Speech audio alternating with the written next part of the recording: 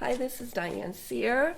I'm here today with Rachel Tourigny at her home in Biddeford.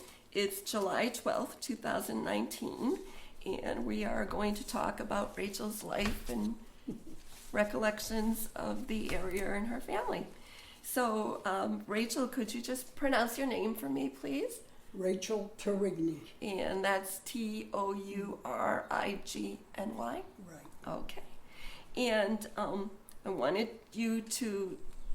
to start by just having you tell us a little bit about yourself, your childhood, how you ended up in Biddeford. Well, I was born here. Mm-hmm.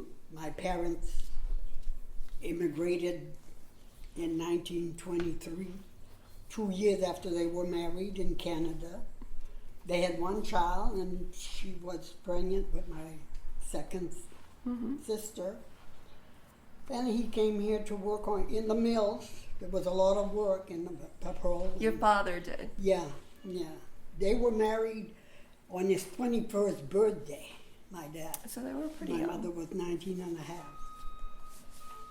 So, yes, her family had immigrated here to work in the mill. She was from a big family.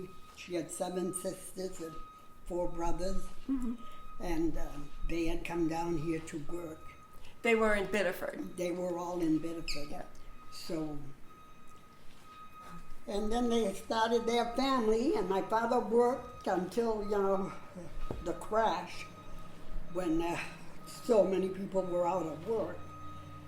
So, in fact, I was born in 1932 in the middle of the Depression. I was the 8th of 12. So But us as children, we never felt that poor because we lived, in an area with big families. That we were all in the same boat. And my mother was a good cook. She could stretch. I was going to ask you a couple things about what you just discussed.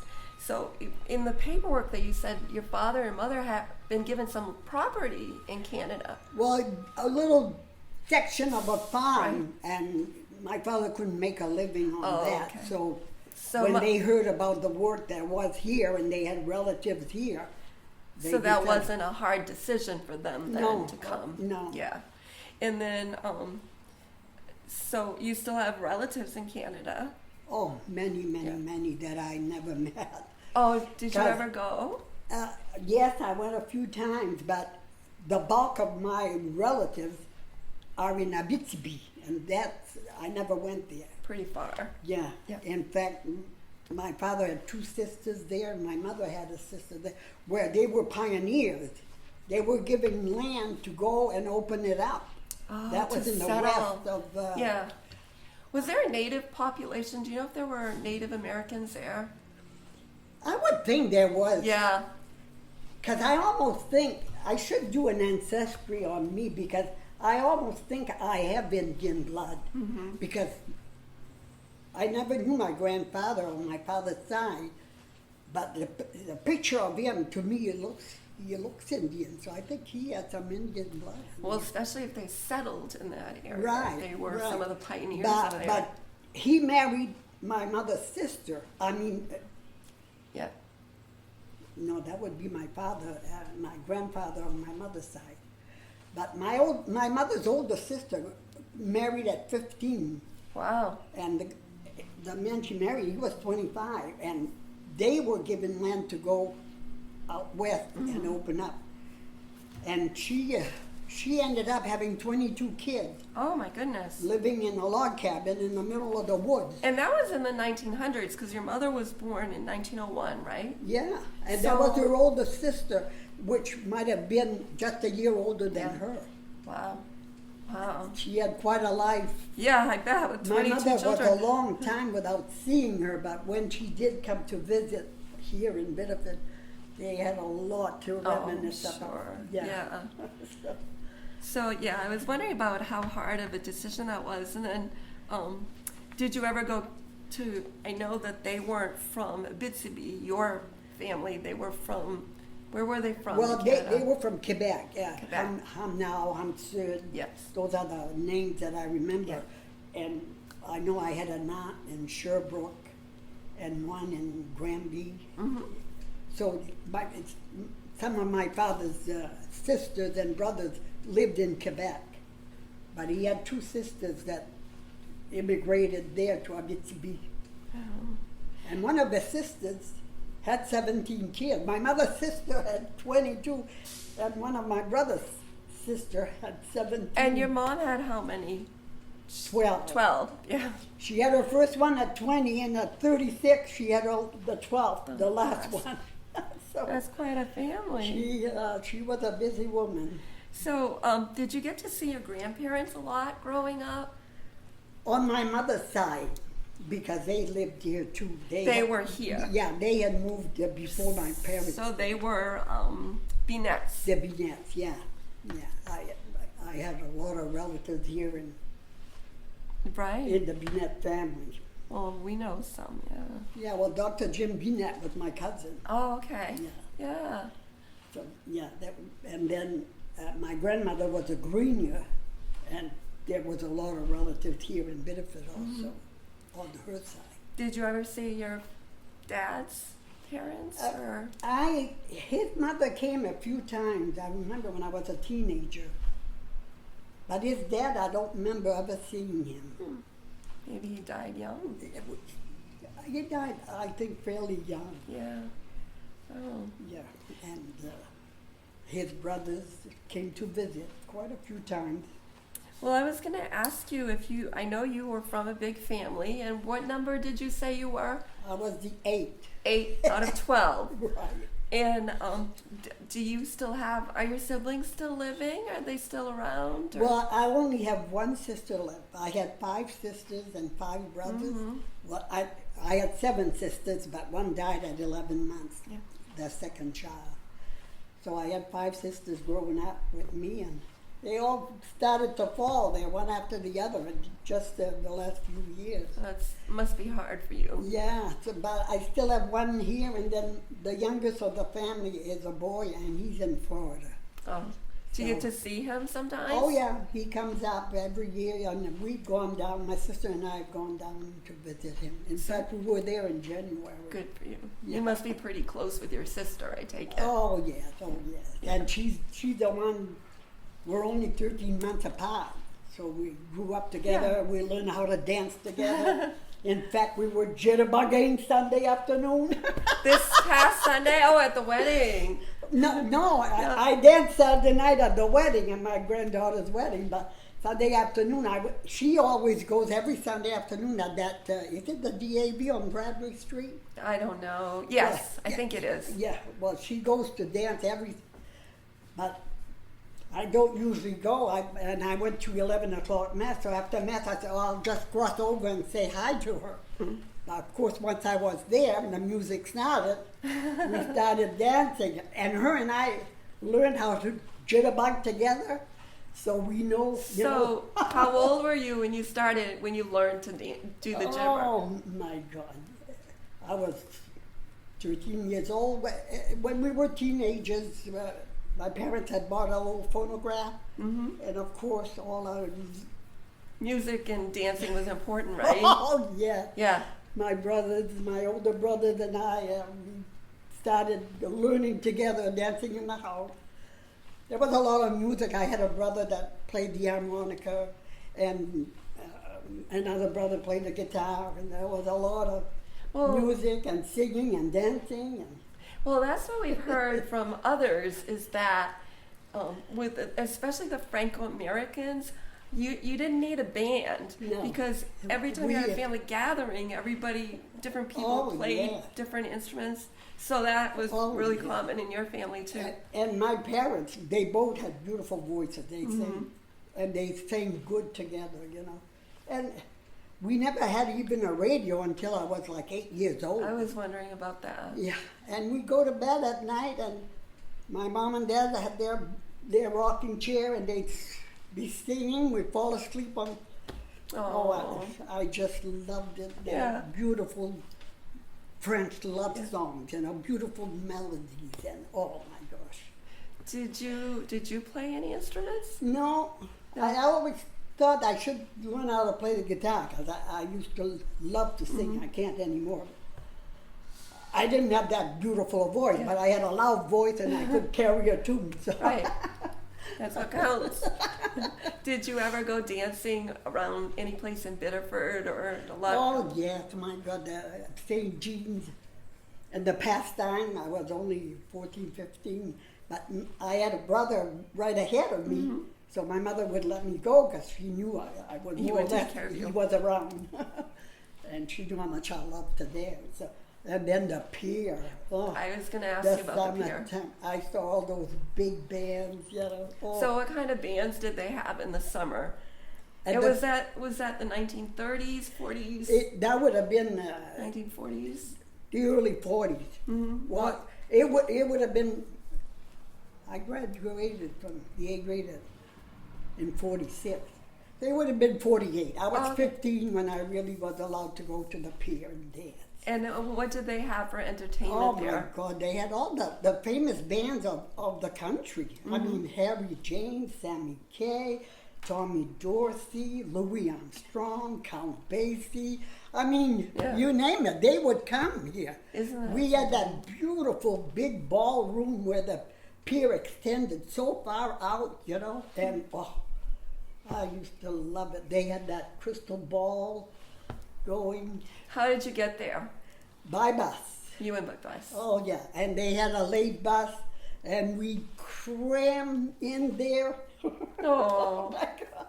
We wanted to make sure to get in, and they'd have a hard time to close the door of the bus. 'Cause people. Yeah, it was a pretty popular spot from what we've heard. Oh yes. Oh my. Must have been sad. It burnt down, right? It burnt. It burnt down. That's too bad. Well, I think part of it might have gone out in a storm, and then in the 60s, I think it burned down, and they rebuilt it, but it's not Not the same. not half as long as it was.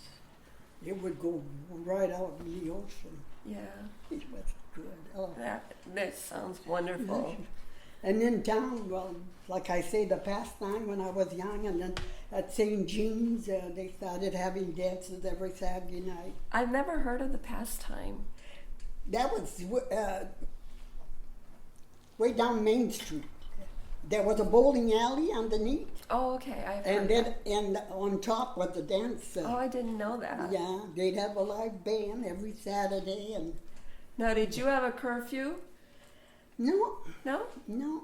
I mean, you know, all I wanted to do was dance, Yeah. and my mother trusted me, and I would Did go you- home after the dance. I never drank or smoked.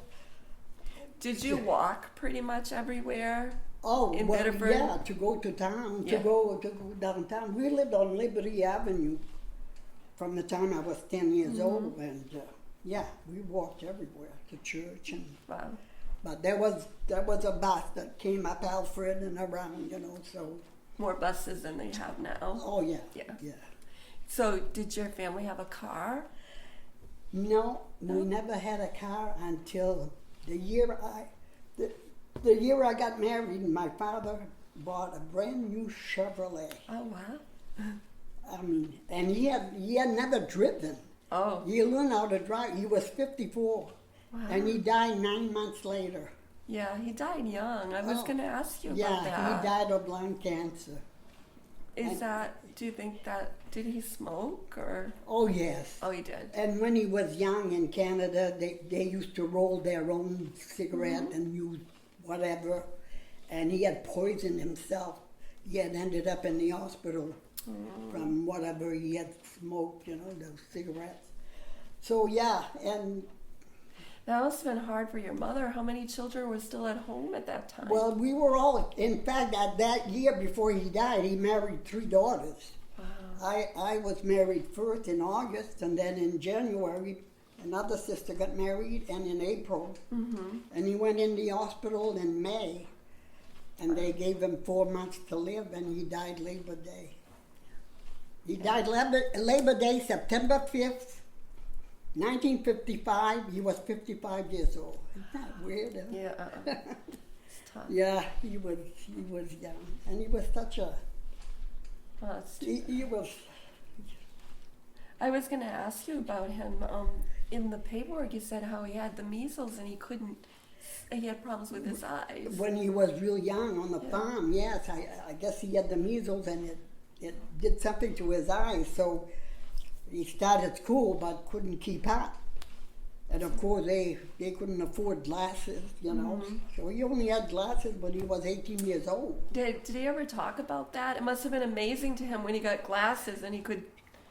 Yeah, because he really, but you know, they lived out in the farm and he was able to do the work of the farm. And when he was old enough, he would go lumberjack with my grandfather. The older boys would leave and go lumberjack. In Canada. Yeah. Yeah, they did that a lot. Huh? Right. So the other thing that you wrote about your dad is, or I read, I think, he didn't, so your mother helped him to be able to write his name. Right. She taught him how to write his name on the And marriage certificate there. Yeah. And did he go back to school or? Well, he went to night school because he wanted to become a citizen. So he went to night school to learn English and to learn, you know, the history of our country a little bit. Mm-hmm. And Yeah, because they had to take a test, didn't they? oh yeah, yeah. And he was so proud when he came home. And You must remember that. I do. Yeah. I was about 10. I might have been about 10 years old when he became naturalized. And yes, and my brother, the one right ahead of me, we would stand on each side of him and he'd take a little reader book, you know, first, second grade, and he'd try and read it. And we'd laugh because of the way he would pronounce those. Right. Like I'm still pronouncing bad. The alphabet was pronounced differently in French than it is in English. So we more or less taught him how to read a little bit. But he did speak English, right? He spoke English. Oh yes, he could. Because I know a lot of people didn't speak English and they didn't Oh no, learn it. and my mother never. Your mother never didn't. would want to. He wanted us to speak English after he had started to understand and wanted to speak it more. But she wouldn't. She didn't want us to speak English in the house. So you spoke French in the house. Oh yes. And do your children speak French? My two oldest daughters. My oldest one, she's very good. The other one, she understands, but to speak it, she has to translate every word in her head before she can. She wanted to question my mother and talk to my mother, but she had a hard time. Yeah. But my oldest Sheila, she's good in French. Good. Yeah, her mother-in-law was pretty French too, so she would speak French with her, you know. So she never lost it. It really does help, even if you can just understand it. As long as now, did your mother understand English? She understood, but yeah, She because understood. she used to follow her soap opera, Yeah. so she had to understand what was going on. Now, did she become naturalized? No, Okay, I was wondering of about course, that. you know, she was so busy raising the family, Yeah. and then I remember in the later years, I had offered to get her a tutor, you know, so she could, but she felt like she couldn't do it. It's harder as you get older. I Yeah, think it gets yeah. harder. That's a really, you should be proud of your father for what he did. Oh my God, yes. Now, I did find his petition for naturalization. I don't know if this is the actual naturalization paper, but I will give you this copy for your records. Yeah. And I probably could find some more information if you want. And he had brought somebody with him in case he wouldn't understand the judge, you know? Yeah, I think it says here, Edgar Sibony, who was a police captain. Yeah, he was a relative. Oh, he was. Yeah. And Arthur LeBranch from Cleve Street. They were both from Cleve Street, who Right. was an insurance agent. Right. They signed as witnesses for him. Mr. LeBranch was a landlord. Oh. and Edgar was a cousin of my mother's. So did you live on Cleves? No, this is George Street. Yeah, we had moved to George Street by the time he got naturalized. And it says that he had a scar on his cheek.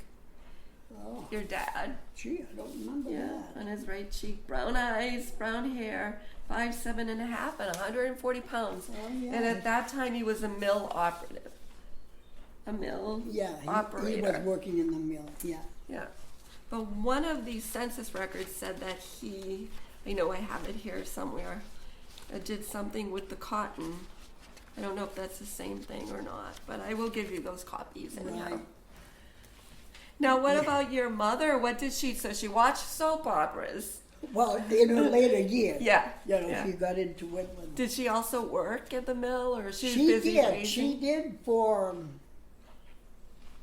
I want to say maybe 4 or 5 years. She would work second shift. She probably didn't work that long because the youngest was born, and then my older sister, who was taking care of us, helping my father, you know, because my mom would work second shift. So she was, my older sister was home and helping my father, but then she got married. So I think after she married, my mother stayed home. Yeah. Yeah, she might There have must have worked. been how many years between the oldest and the youngest of you? Well, not very much because, That every year or two there was somebody born? yeah, you're right. Because in 16 years, she had 12. Yeah. Because So she was 16 20, and then when she had the baby. So 16 So the- years.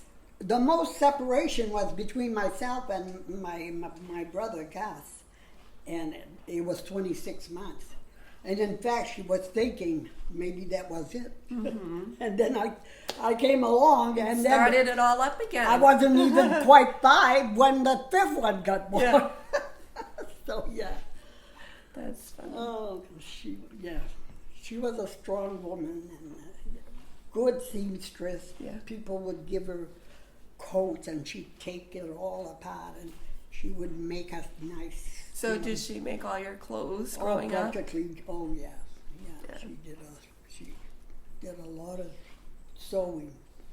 It's too bad a lot of She those. she made her own patterns. She couldn't even afford patterns. She would make her own. And, Yeah. oh yeah, she was good. And you know, we're losing a lot of those skills. People, I my daughters, know. I don't even know if they know how to sew on a button Oh. anymore.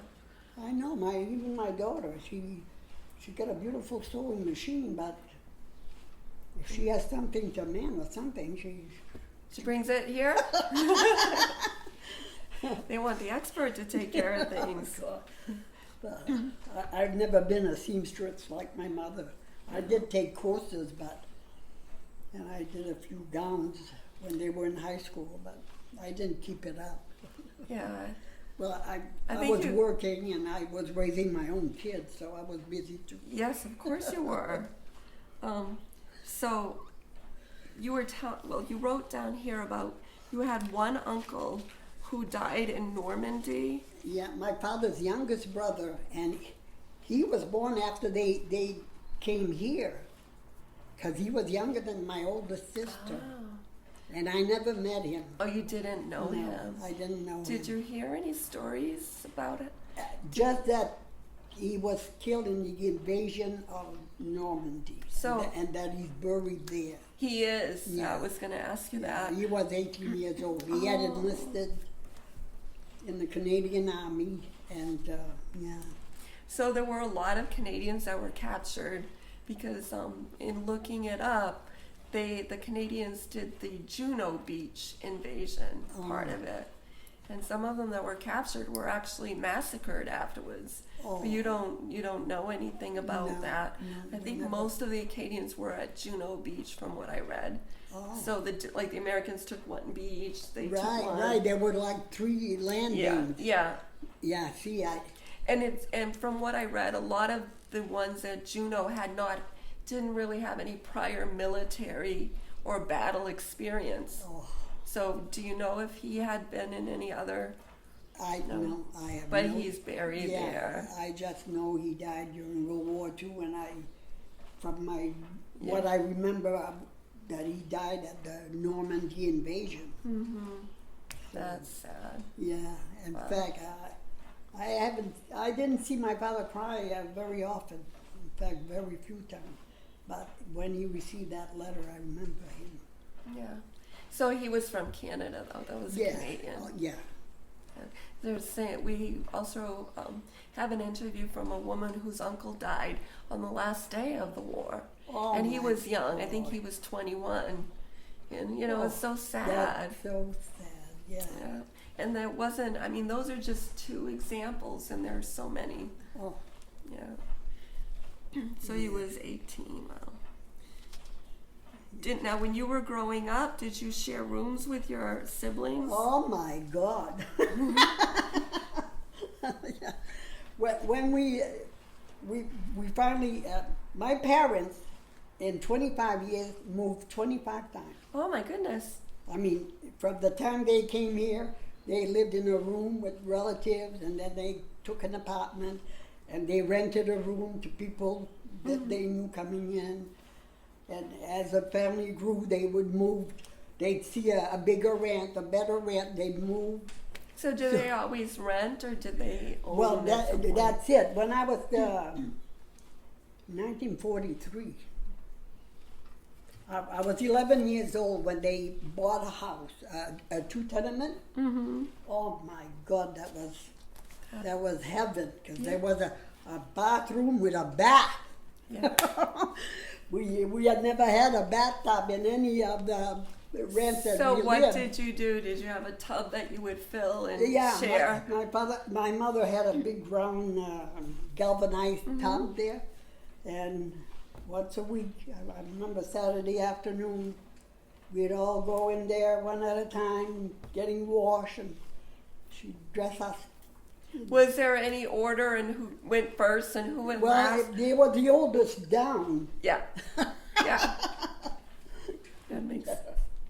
Well, that must have been great for you. And one of the things you said is that during the Depression, do you recall those years? You said that your dad wanted to go back to Canada and your mother said no Well, way. he often said that. If I would have had the train fare, we would have gone back. But my mother always says, no way. He wouldn't have gotten her to go back. No. But what are your But- recollections of the Depression years? You know, I don't feel like we missed out on anything. You know, we always had food, we always had clothes, and we were always warm, you know. I mean, So you don't really remember anything changing during the Depression? The lines, some people talk about the lines for butter or... oh my God, oh yes, I stood in line many times Yeah. for just a sliver of butter. All the older ones, and you know, I was like 9, 10 years old, and I'd go with my older sibling. We were eating 7 pounds of butter a week. Oh. My mother always made homemade bread. That was the bread we had. And we had that big black stove there, and in the morning it was full Toasted of, on the stove. so we had toasted cocoa for breakfast. And it was so good. What else did you have for food? You said, did you have a garden? Yeah, I know there were farmers. They always made a garden. Yeah. Wherever we had a rent somehow, there was a little piece of land where they could make a garden. And my mother would can goods, you know. Yeah. So what kind of foods would you eat? Well, we had the tomato and lettuce and cucumbers and scallions and string beans and wax beans and yeah. Did she teach you to cook? Not really. No. I mean, we didn't have to, you know. Right. So we were too busy. Yeah. We were working full time, and we'd come home and supper would be ready. And So when you were growing up, what did you do for fun? I know you went to the pier. oh yes, and that was my favorite. That was a dancing. favorite. But I love bowling, and I'm still bowling Oh. today. I'm in a league, Yeah. a bowling league. I love it. But every time we'd go downtown to the movies, afterwards we'd go to the bowling alley. That's where all the young teenagers would congregate, Yeah. you know. So it was fun, and I love bowling. But Now, did you know Annette Adorio? no, but I've heard of her. I think she bowled until she was 100. Oh my God. Yeah. When I first started, there was what was her first name? Deschambault. She was the mayor's sister. And she bowled with us until she was 94. And then she got sick one summer and she passed away. And she was a good bowler. Are you good? You must be good at it too. Well, I'm not consistent. You know, Yeah. my average is like 82. But sometimes I'll hit 100 and other times I'm 67. So I'm not consistent. But you have a regular group of bowlers that Yes, get together. We're four on the team, and I think we're like 10 teams. And you've done that Tuesday for a morning. while. Yeah, for quite a few years Good for now. you. Yeah. So it must have been tough when they close. Is it big when they close Oh, this bowling yeah. alley here? But that was a long time ago. But the one in Saco, 2 years ago they closed. So where do you That's go? where we were going. Yeah. Now we go to the Big 20 in Scarborough. So that's the big balls? No? No. It's regular? Yeah, it's a pinball. But it's further to go. You're still Right. driving? I'm still driving, but I didn't want to drive there. I wasn't going to go when they moved. But one of our bowlers offered to pick me up. She didn't want me to quit. So you don't drive far, you just drive No, around here. Right, oh yeah. How old are you now? 86. 86, yeah. I'll be 87 in October. Oh, wow. So you like to bowl, and I'm sure your family keeps you busy. Oh yes. You also had mentioned that you had a brother, Raymond, who had been at Iwo Jima. Yeah, he was in the Navy. He had enlisted in the Navy. He wasn't quite 18. He had tried to go in the Merchant Marine because his buddy was enlisting in a Merchant Marine and he didn't pass the test. He had bronchitis. Oh. So then when he went to enlist in the Navy, he was so afraid he wouldn't pass. But they accepted him. I remember At him coming home. 17, they could go in at 17? The parents signed, they could. So was he okay? I mean, Yeah, that was a big battle. Yeah, but he was on a ship, you know. He wasn't a Marine landing on ground. But he says, yeah, those Kamazaki Japanese fighters that would aim for the ships. I mean, they were always, you know, That had to be they really scary. sunk quite a few ships that way. And was he older then? So you enlisted at 17. Yeah, well, he So it he would've was been- in 3 years. So he was pretty young to be going through something like that. Oh, yes.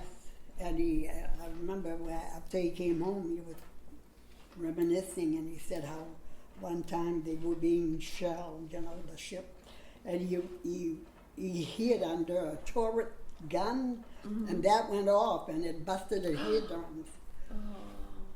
So that was the only really bad thing that happened to him was that. So he wasn't blessed. But my mother, we'd go months without hearing from him, and whenever she had a letter, she would read and cry. And he would write to her in French. Yeah. In fact, he had written her a letter for Mother's Day, and she had framed it with his picture. Yeah. His daughter's got that. Yeah. So he lived here, right? Because your parents moved out Right. here. Yeah. And he had left school at 16. He had started high school, but as soon as he turned 16, he went to work. And at that time, there was a Navy yard, a shipyard here in Portland, Oh. and they were paying good money. And my father wanted to go work there with him. But if you worked in the mill, they wouldn't let you go.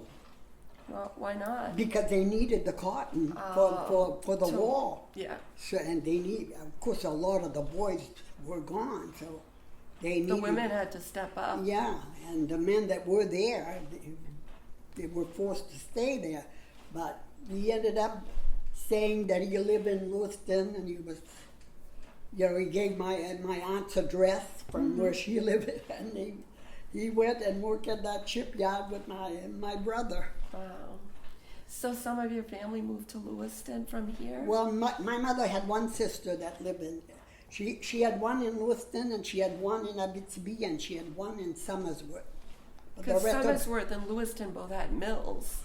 right. Is that why they came? Well, my aunt from Somersworth, she married someone and he bought a farm there. Oh, okay. And Yeah. after my grandmother died, they had my grandfather moved in with them, you know. Of course, he was used to farming. He had done that, you know.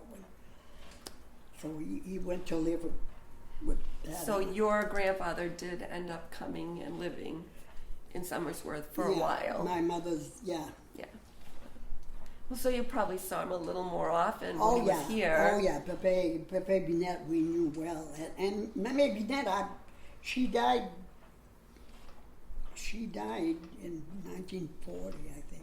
So I was pretty young. But I remember, because she was living upstairs from us on Cleve Street. Yeah. And I remember when we'd have company from Canada, I'd go upstairs to sleep in Mame's house. What was that like when you had company come from Canada? Well, usually, you know, it was my father's relatives, because my mother's was still here. Well, he'd set them up. All the kids would give up their bed. We'd be sleeping on the floor, or, you know, like Mame would take some of us upstairs, and he would give a big party. You know, the Veillage Canadolo. That's what I was wondering. Yes, my mama and Pepe did that too. I was brought up, and I loved it. Yeah. All those songs that, you know, people would repeat there. Yeah. I know quite a few of those. Yeah.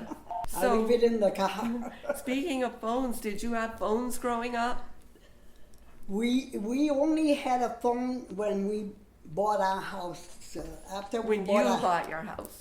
no, when Your dad did. my dad, yeah. I was a teenager when we finally got Yeah. a phone in the house. And for myself, we were married 6 years before, and we also only had a phone when we bought our first house. We'd go downstairs, the landlord would let us, you know, in an emergency. And Yeah. And one of the people we interviewed was talking about how they were all party lines in those days. oh, yeah, mon Dieu, oui. And we're all the teenagers. You know, we often wanted the phone, and other people wanted the phone, and then they'd tell us to get off, you know. Yeah. But you had to listen to the rings. There was different rings for, you know. For the different people, families. Yeah. Boy, kids don't know how good they have it Oh nowadays, my huh? God. It's unbelievable. We had to wait for our turn. Oh my Yeah. gosh. And you take my mother. She always had a Ringer washing machine till she died. I mean, that My was mama did too. yeah. And You had to- she would her white clothes there. She'd wash them Yeah. in that Ringer there, and then put it in a copper kettle on the stove, and would boil it with lye. Oh. You should have seen my mother's white. It was white. It was white. And she had a broomstick like that to take it out of there and put it in another. Yeah, because the lye is like an acid. I think it could Right. be really harmful if you. It would take away whatever spot there might have been. People, and of course, she never had a dryer, Yeah, so you hung everything up. we'd hung everything up. And when we bought our house, we had a second floor, so there was two big porches. So my father had set her up with two nice long lines upstairs, yeah. you know. And then on the porch, we had little lines to put the small stuff in. Little racks and Yeah. things. Wow. But, you know, she would wash once a week. Yeah. And we had a big wooden table my grandfather had made us to sit all the family around. And on wash day, she'd start Monday morning there, and she'd have piles all over. She'd separate her clothes, the colors, and then, you know, it would go on the table. Wow. How hard she worked. Yeah. Yeah. My God. Yes. Wow. And especially with 12 of you in the house. I know. Well, there was really 11 because the second Yeah. one died. She was 11 months. But yeah, But we were not changing clothes every time we went out the door. No. You know. And did you have to play outside a lot? You didn't Oh, stay my inside on television and No radio, no TV. Yeah. We made our fun outside. I mean, they'd have to call us in to eat and call us in at night to go to bed. Oh, yeah. And what was the neighborhood like? It was, they were all nice people. Yeah. And we lived next to the Pocket family, and they were a big family. So we had friends, we Yeah. could play all kinds of games. And Yeah. Oh, And- I wouldn't change my childhood or anything with what they have today. I had so much fun. Now, what about the holidays? Did you have special traditions? Christmas, New Year's, Well, Easter? My first Christmases up until I was 10, 11 years old, we never had a Christmas tree. In the rents that we lived in, we never had a big enough rent, or they didn't have the money to buy a Christmas tree and decorate it. But after we bought the house, I remember going with my mother, and that Christmas we had a real Christmas tree, and going with her to the 5 and 10 cent store in Newberry, where it was downstairs. Was that here in Biddeford? Yeah. On Main Street? Yeah, and getting all those beautiful balls, to decorate the tree. Oh my God, that was... Must have been exciting. Yeah. Did you go to Christmas Eve Mass? Yes, oh yeah.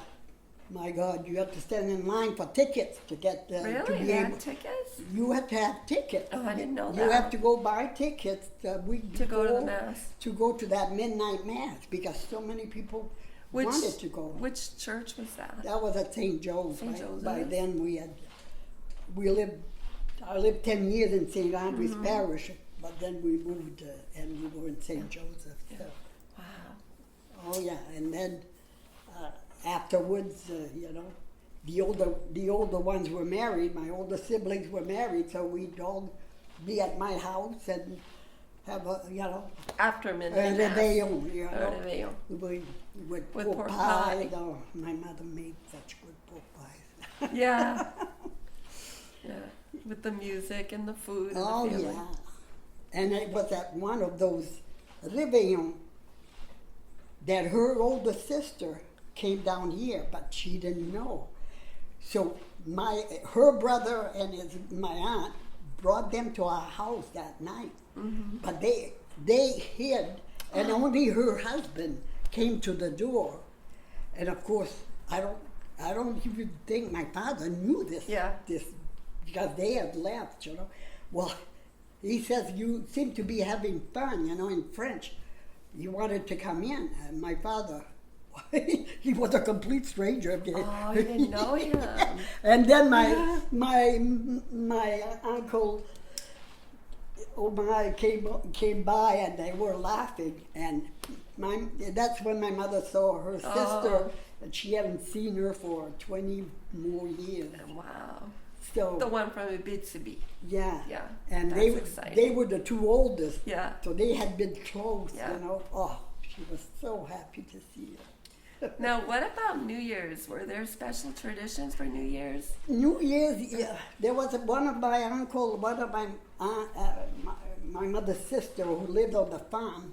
They would make a big New Year's party and invite all the family, Did the Meme and Pepe, did the grandparents have to do like a blessing, a family blessing, or not?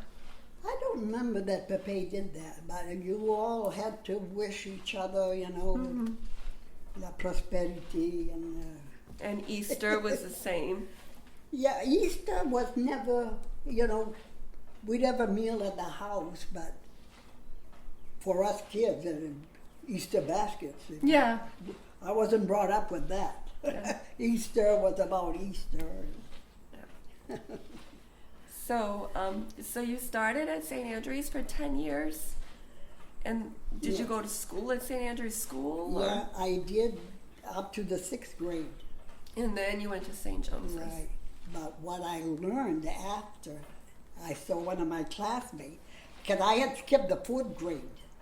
Oh, wow. You know, they at St. Andrews, they were good. Well, they were good or bad, I don't know. if somebody was first and second of the class, they have her Skip a skip. grade. So I had skipped the 4th. Uh-huh. And then we moved the summer where I was going into the 7th grade, and I saw a classmate at the end when school started, and she said, they called your name to jump the 7th grade. And I was so upset. I would have walked all the way to St. Andrews Oh. to finish school earlier. But Oh. I would have been 12 years old. Because you would have graduated then at St. Andrews? Yeah. Oh. Yeah, and having gone all those years there. Oh, that's too bad. Now, I saw that you got your GED at 45, about 45 years old. Yeah, Good for you. After my kids were all in school, I started working for the school program. Mm-hmm. That same year, my baby was all day in school. And I started going to night school. I went 3 years to night school. Why did you decide, how did you come to that decision at that time? Oh, you know, my kids were graduating from high school, and You wanted to? yeah, Yeah. I wanted a diploma too. Good for you. Yeah, I enjoyed night school. Yeah? And we had our own graduation. It was the year that my oldest son graduated, and I would always say, they should have let me graduate with him in, Yeah. in the class. Nowadays, they probably would. Right, but we had our own celebration, and it was Senator Hathaway that gave us our diploma. Oh, And of course, I had all my family in the audience, so when he gave me my big diploma, family with a lot of I children. looked at them, I yelled, "Yippee!" Senator started laughing. That is something definitely worth celebrating. Did you have any special memories of school? No, I didn't like school.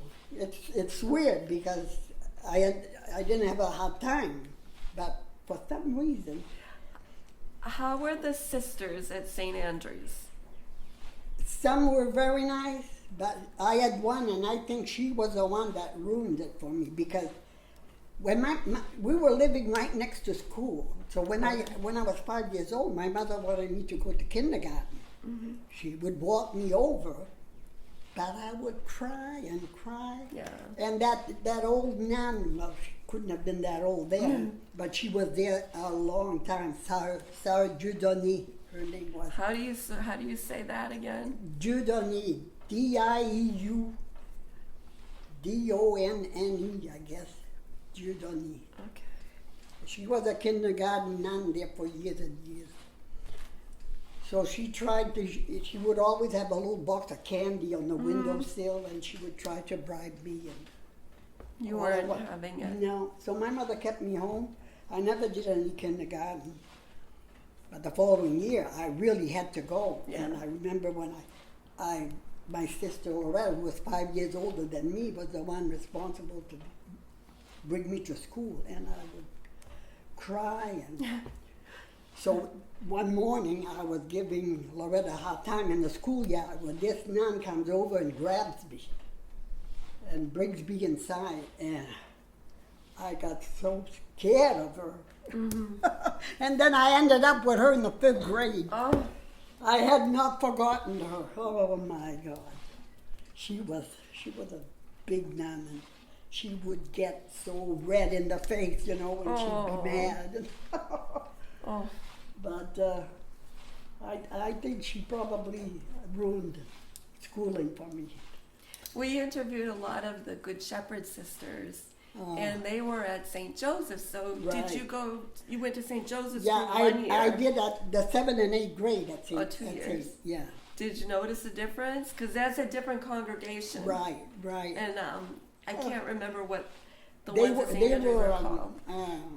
oh God, Were they the presentation? yeah, St. Andrews? yeah, Presentation Or Marie. the Good Shepherd sisters were St. Joseph's, yeah. I Right. think that's right. Yeah. No, I mean, like, you know, you had some nice ones, and Yeah. you had some Yeah. grouchy old maid. Yeah. But all in all, like, she's the only one that I really, Was scared of. right. Oh. But then in the 8th grade, I had a young nun. In fact, she was from Biddeford. And when I graduated, she wanted me to go to high school so bad, and she wanted to see my parents. Do you remember her name? Sarah, oh. Oh, they had the sister name. Yeah, it's Mother. It would, at St. Joseph, we would call them Mother. 'Cause we did interview one who was from Biddeford, and I think you know her brother Lionel. Do you know Lionel Toots Boutot? Oh, Do yes. you know Yeah, Toots? I know Sister Terry, yeah. Yeah. Oh, my God, yeah. She's 96, I think, Yes. now. Yeah. Yeah. In fact, I'll see her Sunday where they're celebrating Toots' 90th birthday. Oh, And, are you going to that? Yes. Oh. That's my daughter's father-in-law. Toots. Toots is, yeah. And whenever they have a party, they like to invite me, and I go and have fun. I didn't meet him, but he seems like a very nice man. Oh, my God, yes. And I did meet Sister Terry, Yeah. Teresa, and she was very nice. Oh, my God. And Yeah. she still looks so good. I know. You never give her a I know. Yeah. So you're actually connected to a lot of people here in the city. Well, you know, we're such a big family. Yeah. And like my mother's family was big. And Now, did you notice any discrimination growing up? You know, we hear a lot of stories how the Irish and the French didn't get along, or this or that. right, but you know, we were in our own corner.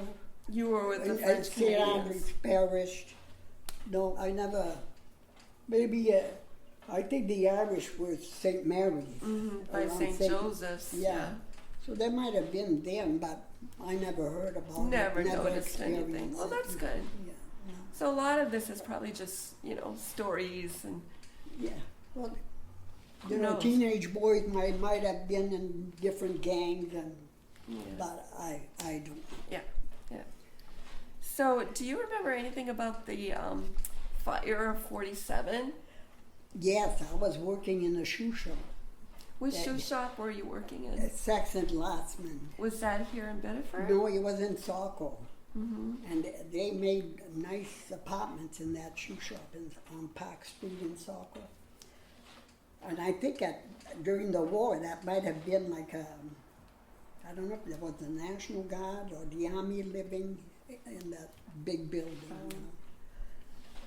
Yeah, in fact, all the men and the boys from the shoe shop, they all went to fight it, with brooms and, oh my God. And I remember the Friday, I think it was a Friday afternoon, it had been going on all week and more, and all you had was smoke everywhere, and my mother was so afraid of fire. And we hear that it was in back of the Weber Hospital, where she started sprinkling the house with holy water, and we were on our knees saying rosaries. Oh my God, yeah. She was terrified. So, how long did you have to deal with that? I don't remember how long it took for Because them. I think it did hit Biddeford Pool. Oh yeah, it was in Clifford Park. It was Yeah, all around. it was pretty close. Around Dole, and oh my God, it did so much damage. Mm-hmm. We were surrounded, really. Yeah. It had to be scary. Yeah, that was.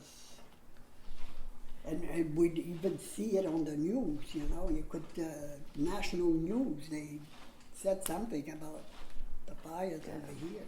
We never experienced anything like that, except for the Hooper Street fire. Now, when was that? You remember that? Yes, I was married, had most of my kids. That had to be in the 60s or early 70s. How many places burnt down? Well, the whole street. Oh.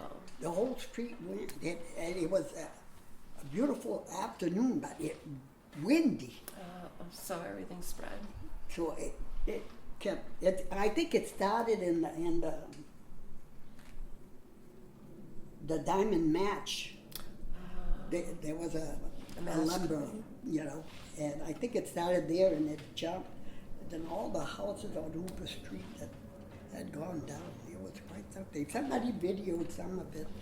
I saw it one time on, Boy, you know, from that would have been scary. Yeah, it was. So you were talking about how you were on your knees saying your rosaries. So religion was pretty important in your lives, I take we it. were brought up with a lot of faith, and thank God that's what got us through a lot of things. You know, to me, if you have faith, Yeah. you know, it could always be worse. It could always. I'm a positive thinker, so Yeah, I can tell. to me, to me, everything is it could have been worse. So you cope with it and you go on and And you had a brother who became a brother of the brother. Sacred Heart. Yeah, my oldest brother. That's when he got his. The brothers used to wear a sutan, they call. Where did he go to school? He went to Canada. He went to Canada. At the time, all the boys, and there was quite a few from St. Andrew's Parish that became brothers. There was the Goulet family had 3, and there was a Parento. There was A Levine? a Levine. That was my uncle. Yeah, John Levine's brother. That was my uncle, yeah. Oh yeah. Fredna. Oh. So they were in the same class? Yeah, they were all there together. Oh, I didn't know that. Yeah. So where did he serve? Well, he started I think he taught 1 or 2 years in Canada, but then he was transferred to Lewiston, and he was there a long time. Yeah.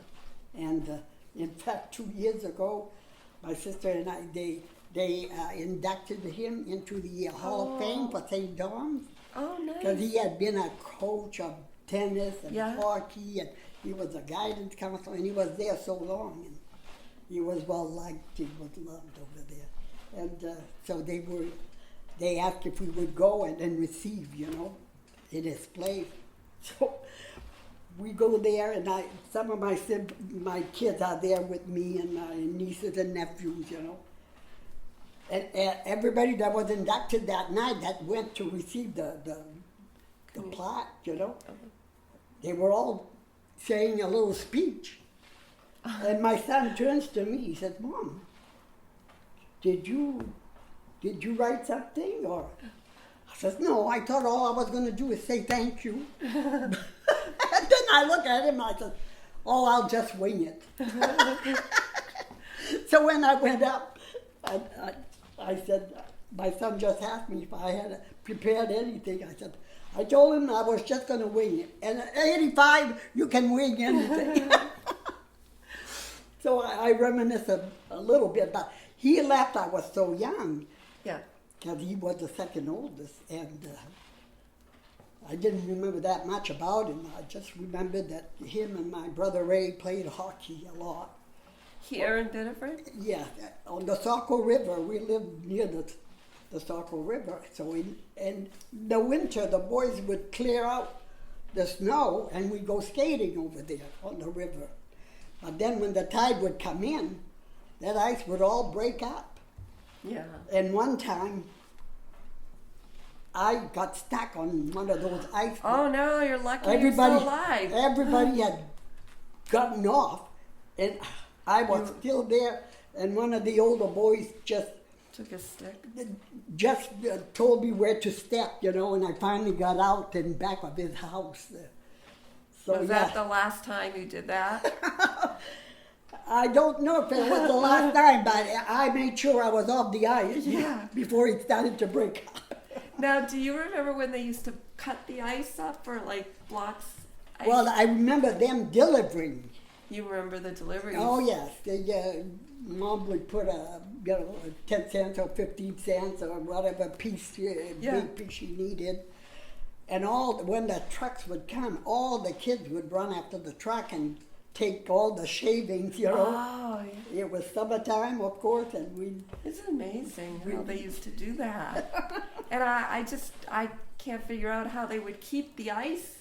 I think they must have kept it in a barn with hay or Yeah. something. Because, Wow. they. Had to keep it someplace Yeah. well And, insulated. and, you know, our refrigerator was a box. Yeah, I know how the old refrigerators look. Yeah, a place So to you put would- that big piece of ice, and you had to have a pen underneath. And a lot of times that pen would overflow if we didn't change it. No. So we, How long did you do that? How long? I mean, Well, we finally got a real refrigerator after the war. Wow. I was 15, I think, when we Yeah. had a first refrigerator, and that's when we had our first electric stove. Yeah. We had gotten rid of the wood the cook big, stove. the big. You had a wood cook stove before, Well, right? it Or was started it? out as a wood stove, but then it was converted to oil. Yeah. They had and you had the tank on the side that you had to refill all the time, and in the living room we had a furnace with coal, and the cellar we'd have a big bin there with coal, and you'd go down with a pail and fill up, and Wow. that's how we would heat, Yeah. because the bedrooms were at the end of the house, and the stove wouldn't have been Yeah. enough to warm To everything heat up. everything up. So we'd have.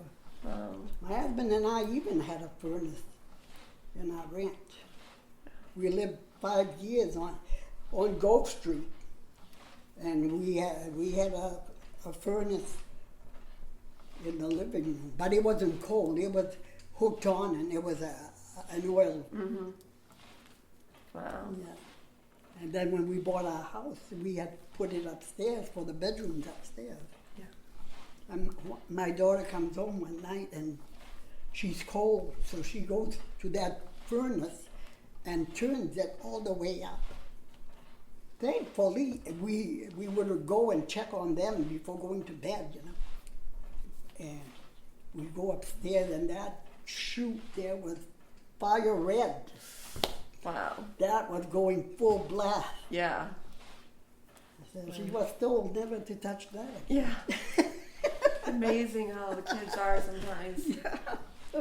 Wow. She just figured if she put more heat, she'd warm up faster. But holy cow, we put all of the. Could have burned the house down.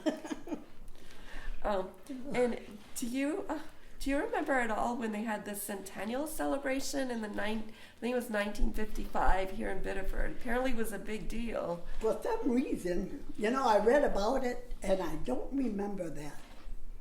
Of course, I had just gotten married. I was pregnant, you know, Yeah. 6 weeks after I was pregnant for my first one. So I was busy.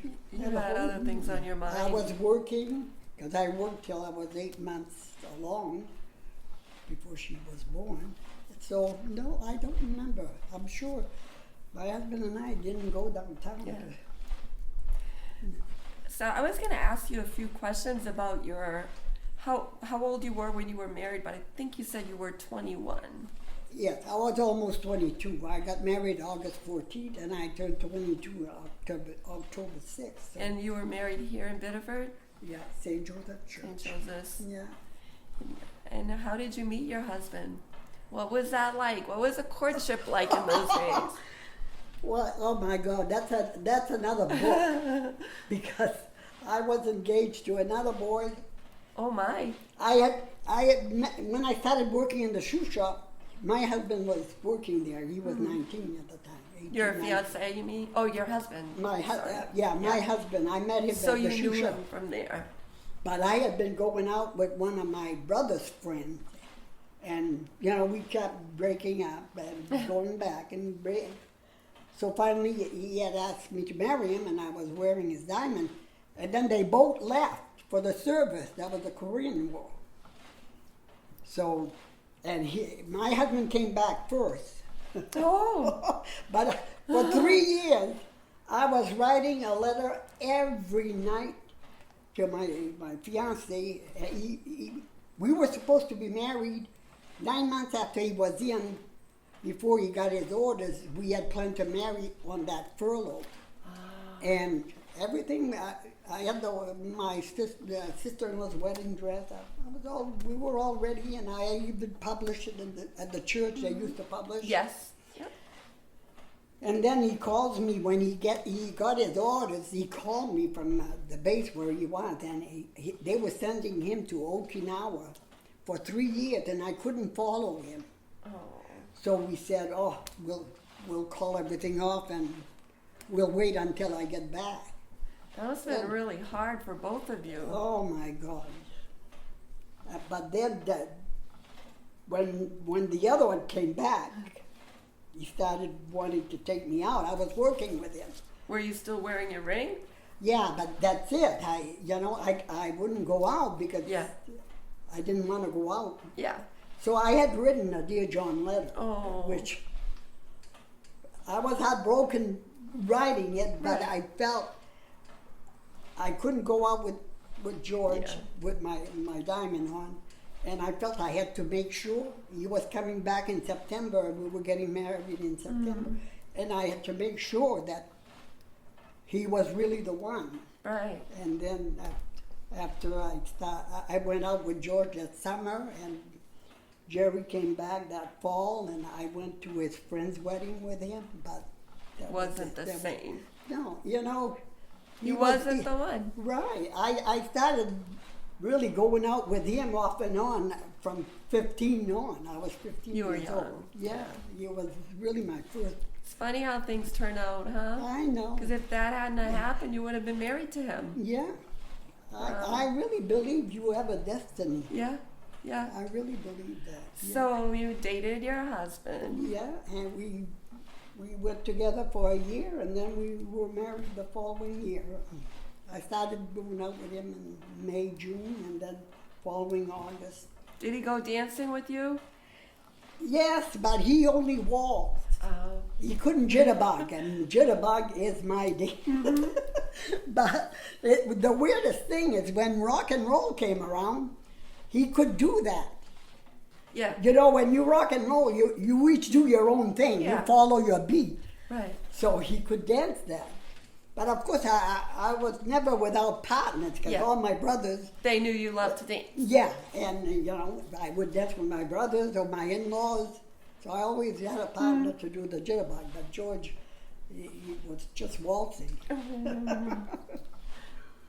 Well, I was looking at what your children did, and you had a large family, but it looks like they all had some great accomplishments in their lives. Yeah, they've done very good, very good.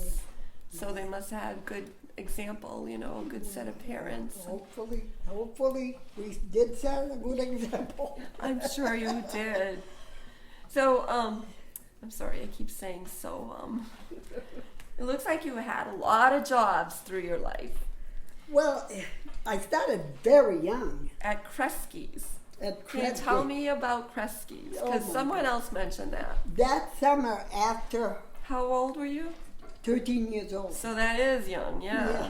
I put on, like I told my son one time, he was home from Dartmouth, and he says, "Mom, what did you do? You were so young." I said, "Honey, I put on lipstick and a pair of boobs, and I told him I was 16. That's how you got the job? Yeah, they wouldn't ask for school permit. Yeah. So, I was looking for a job. And I got it, and I was working 48 hours a week at the Kresge's making And you were going to school at the same time? No, I didn't go back. School then. Yeah, I had graduated, and I wasn't going to high school. Graduated 8th grade. So I started working, and I stopped at 80 when my husband got sick. So Kresge's was a department store? Yeah, it was like a Fishman. Were you like a salesperson there? Oh yes, and then they didn't have checkout. Every counter had their own cash register. Everything was cash. So yeah, I worked in the candy department I had cleaned out all that candy, because it was all by the pound, the chocolates and stuff. I had cleaned out that big counter, and then he takes me off there and he puts me in the ribbon counter. Where you had to measure the ribbon and so much, And oh, I shouldn't say that, but it's so funny. One time I'm helping a mother and her daughter, who had been a classmate of mine, and she was buying ribbon, her mother. And as I'm measuring the ribbon, I look down and I see one of my boobs sticking out of my. Of course, there was nothing to hold it there. You know, oh my God. Oh. After that, I made sure they were all pinned down really good. I scooted down in back of the counter and I pushed over the. I shouldn't say that. Oh my God. How long did you work there? I didn't work there that long. I ended up in the bakery over here. My older sister was working in the bakery here. What bakery was that? Saborin's. Oh, okay. Yeah. So I ended up working in the bakery until I went to the shoe shop. So where was Kresge's? Because someone else mentioned that. It was right before Nichols.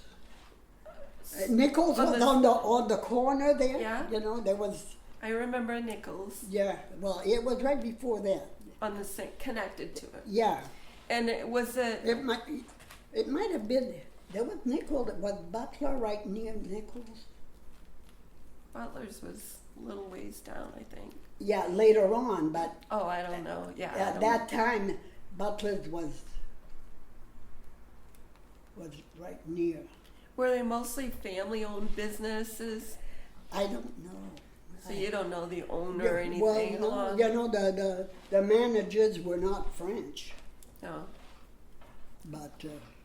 And then you went, so from there you were 13 and then you went to work at a bakery. At a bakery. So you didn't write that down. And I told him I was 16 and I wasn't. You told him that too? And I worked there until I turned 16 and then I went in the shoe shops. The shoe shop in Saco. Yeah. And that. Did you work in other shoe shops too? Or? Well, that shoe shop closed after I had my second daughter in '56.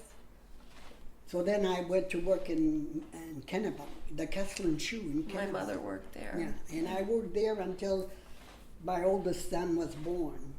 Yeah. And then I stayed home.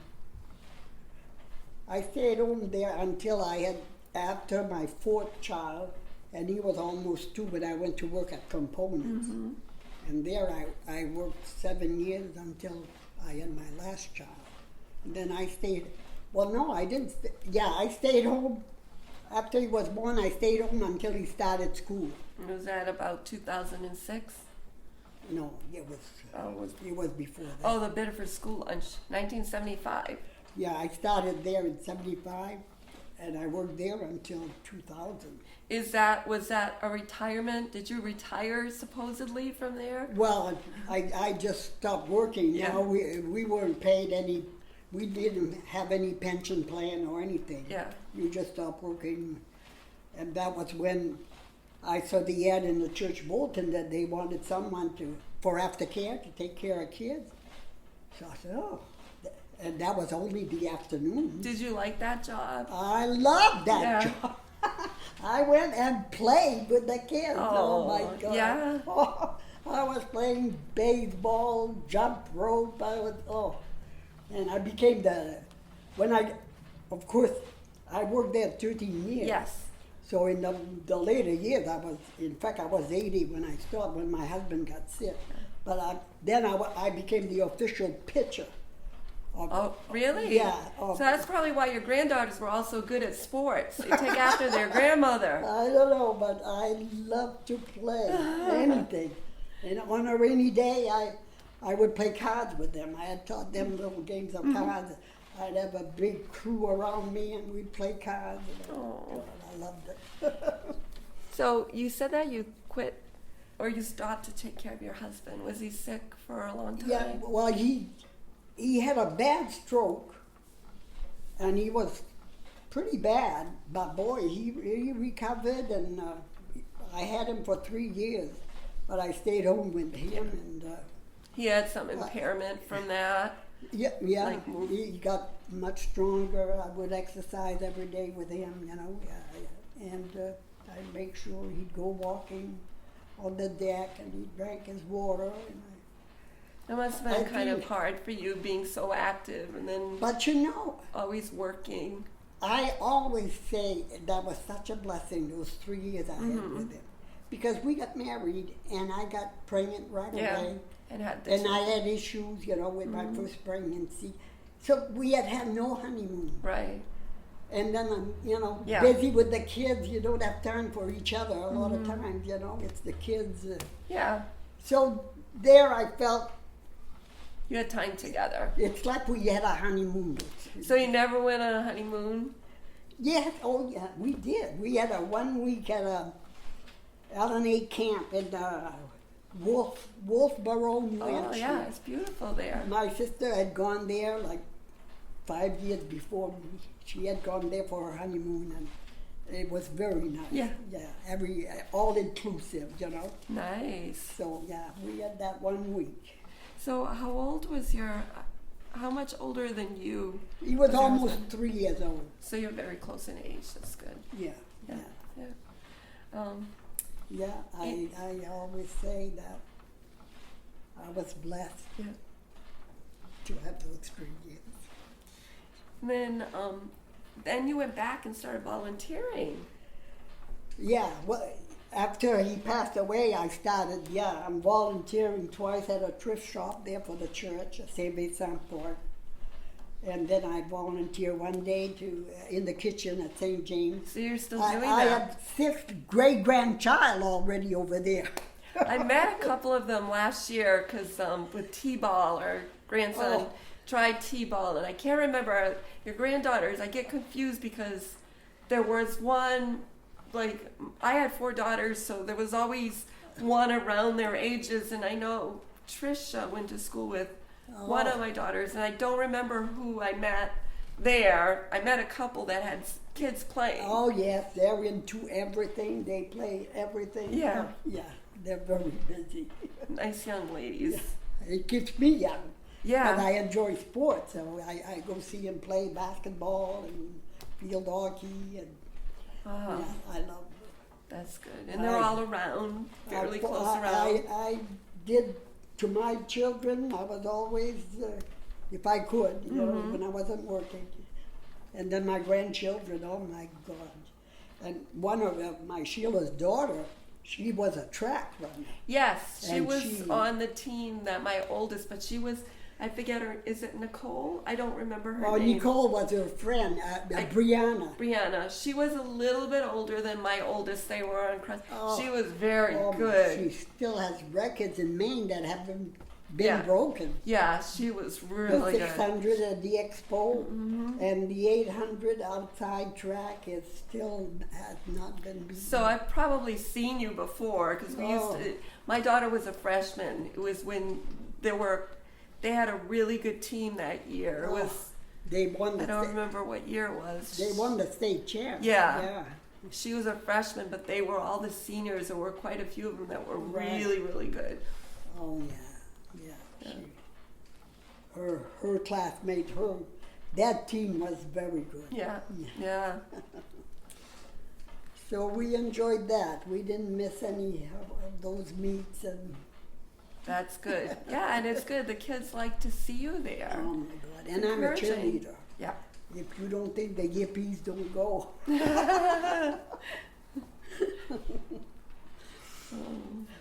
So, what did you think? How did you feel about seeing the mills and the churches closing? Oh, that's heartbreaking. That's heartbreaking. The mills were. It was a good place for a man to be able to work, and a woman was staying home and taking care of the families. But today, of Everybody- course, we went without. For 6 years we lived in a ranch. We were 2 years without even a TV after I was married. We bought our TV 2 years later. And we didn't have a phone until we bought a house 6 years after we were married. So, we had one car, Yeah. but we were busy at home and with our children. And we didn't feel like we were missing anything. Yeah. But today, I mean, you know, right off the bat, they have the beautiful houses, they have 2 cars, they're both working, they're paying extravagant money for babysitting, Oh yeah, you know. I know. We didn't have that. I We couldn't- actually feel bad for. Oh my God, yeah, It's I wouldn't tough change. for them. I know, yeah. And what about the churches closing? Oh, well, that is so sad. And, you know, I just can't see how people can just condemn the whole church for what some bad priest did. Oh yeah, yeah, You know, that's when it started emptying. yeah. I mean, all my children, you know, they went to St. James School, they all graduated. Well, that was St. Joseph then, when they were going to school. I But, I would say something, but I'm not going to. I'm not going to be political, but no.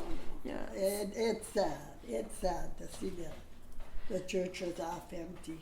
Yeah. And it must be so demoralizing for those good priests. You know. You do have good saintly priests. And Yeah. it must be so hard for them. And the 2 churches are still empty. Well, I'm not sure about St. Mary's. Looks like it's empty, but I think someone might have rented it. St. Andrew's is still empty. Yeah, but it was supposed to.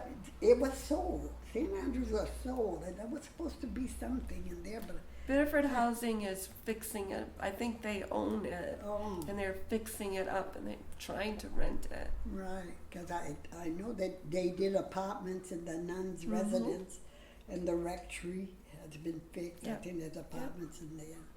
Yeah. Yeah, oh boy.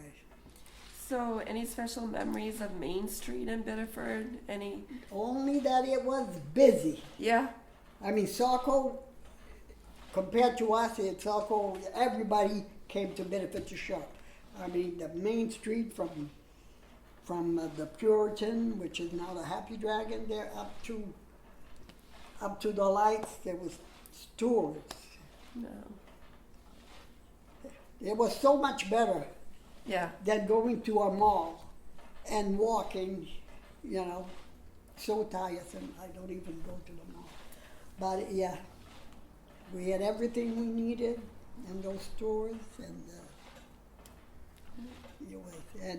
Friday night and Saturday night, I mean, everybody was downtown. Sidewalks all full of people, and of course the young ones. Puritan was my hangout. Whenever we'd go out, we'd end up at the Puritan.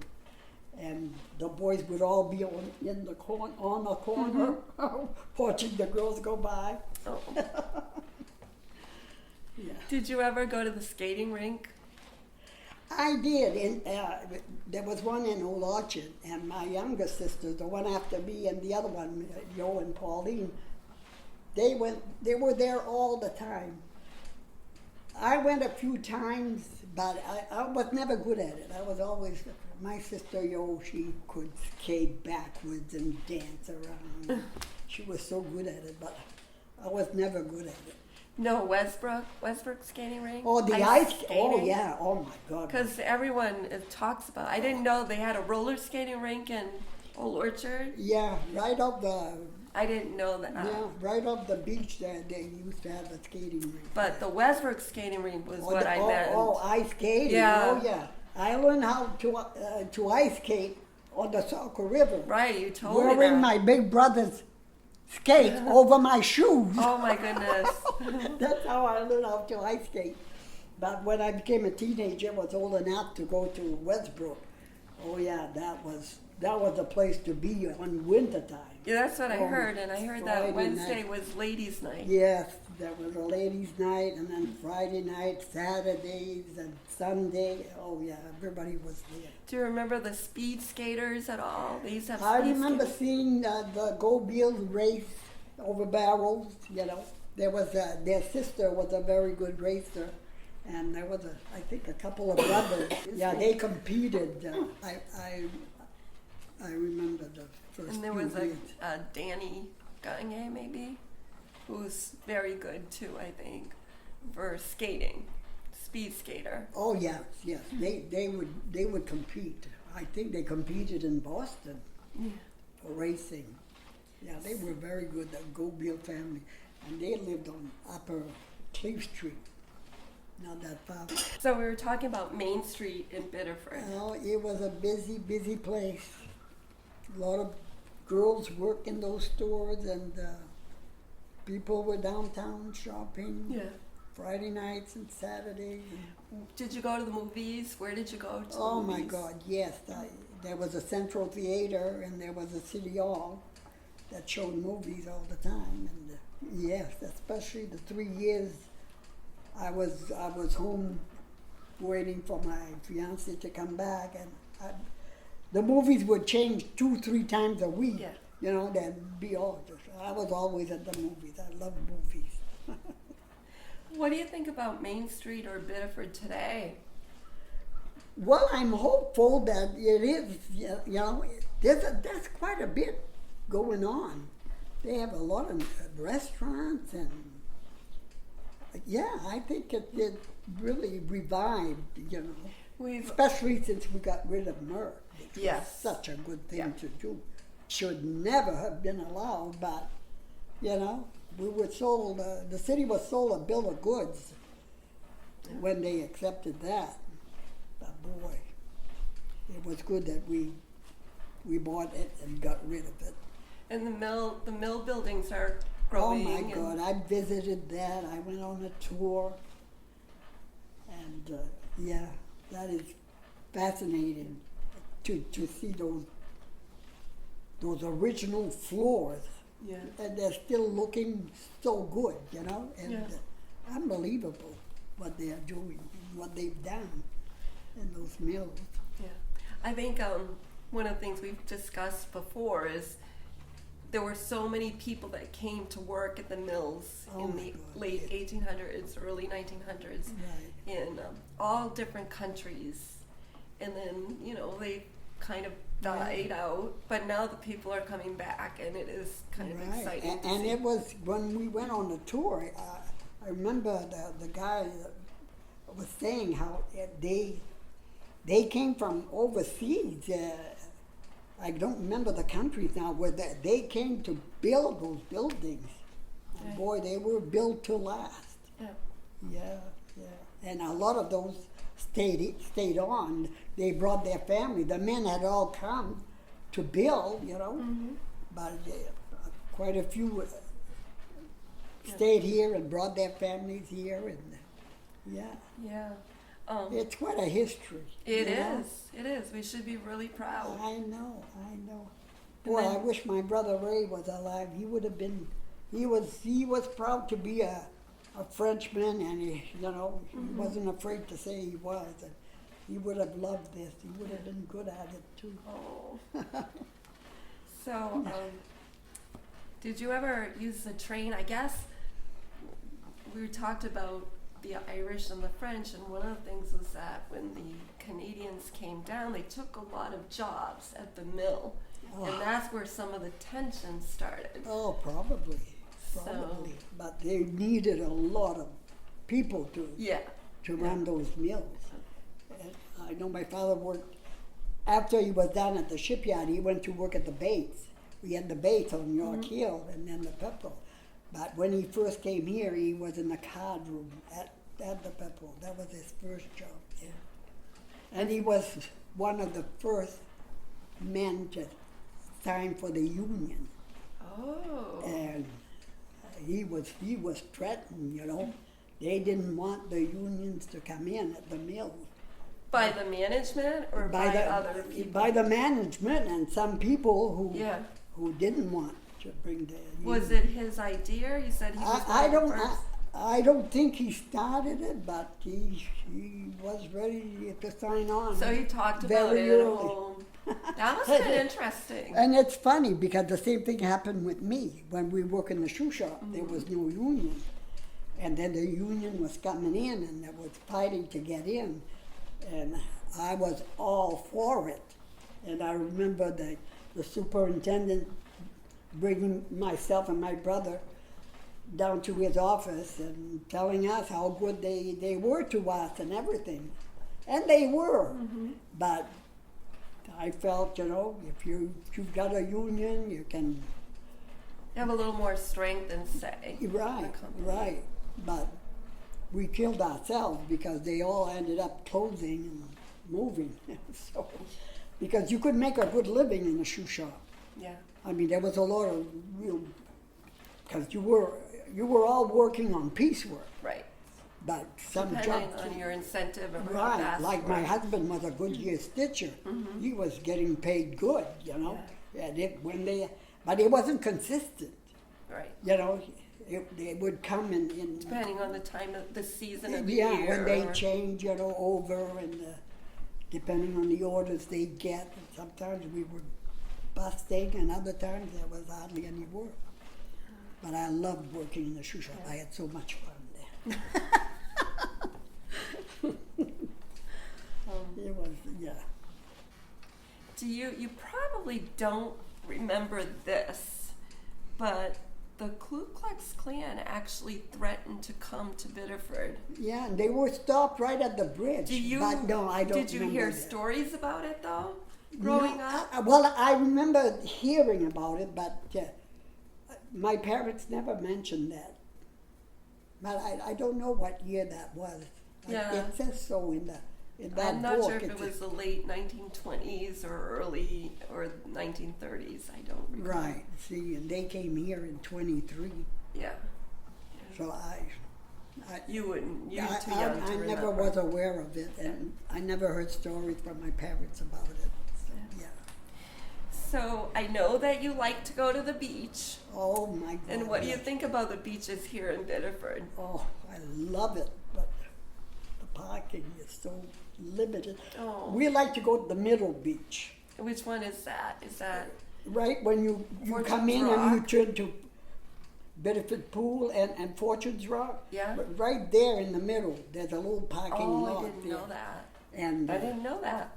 yeah, there's a small parking lot there, and we have to get there so early To get that one. to get a parking space. Yeah. My family and I, we like to go to that one. It's not as crowded as the Bat House. And Fortune's Rock, when it's high tide, you have little beach left. You don't have a lot of space. While at middle school, you always have a good amount of space. And I love to play bocce over there. Oh, I don't know how to play bocce. Well, it's like bowling on sand. Oh, okay. But you have the Pekino they call it. You have a small ball, and then you each have two bowling balls, like, and whoever is nearest that Pekino gets a point. Oh. So I bowl all winter, and the summer I like to bowl on the beach.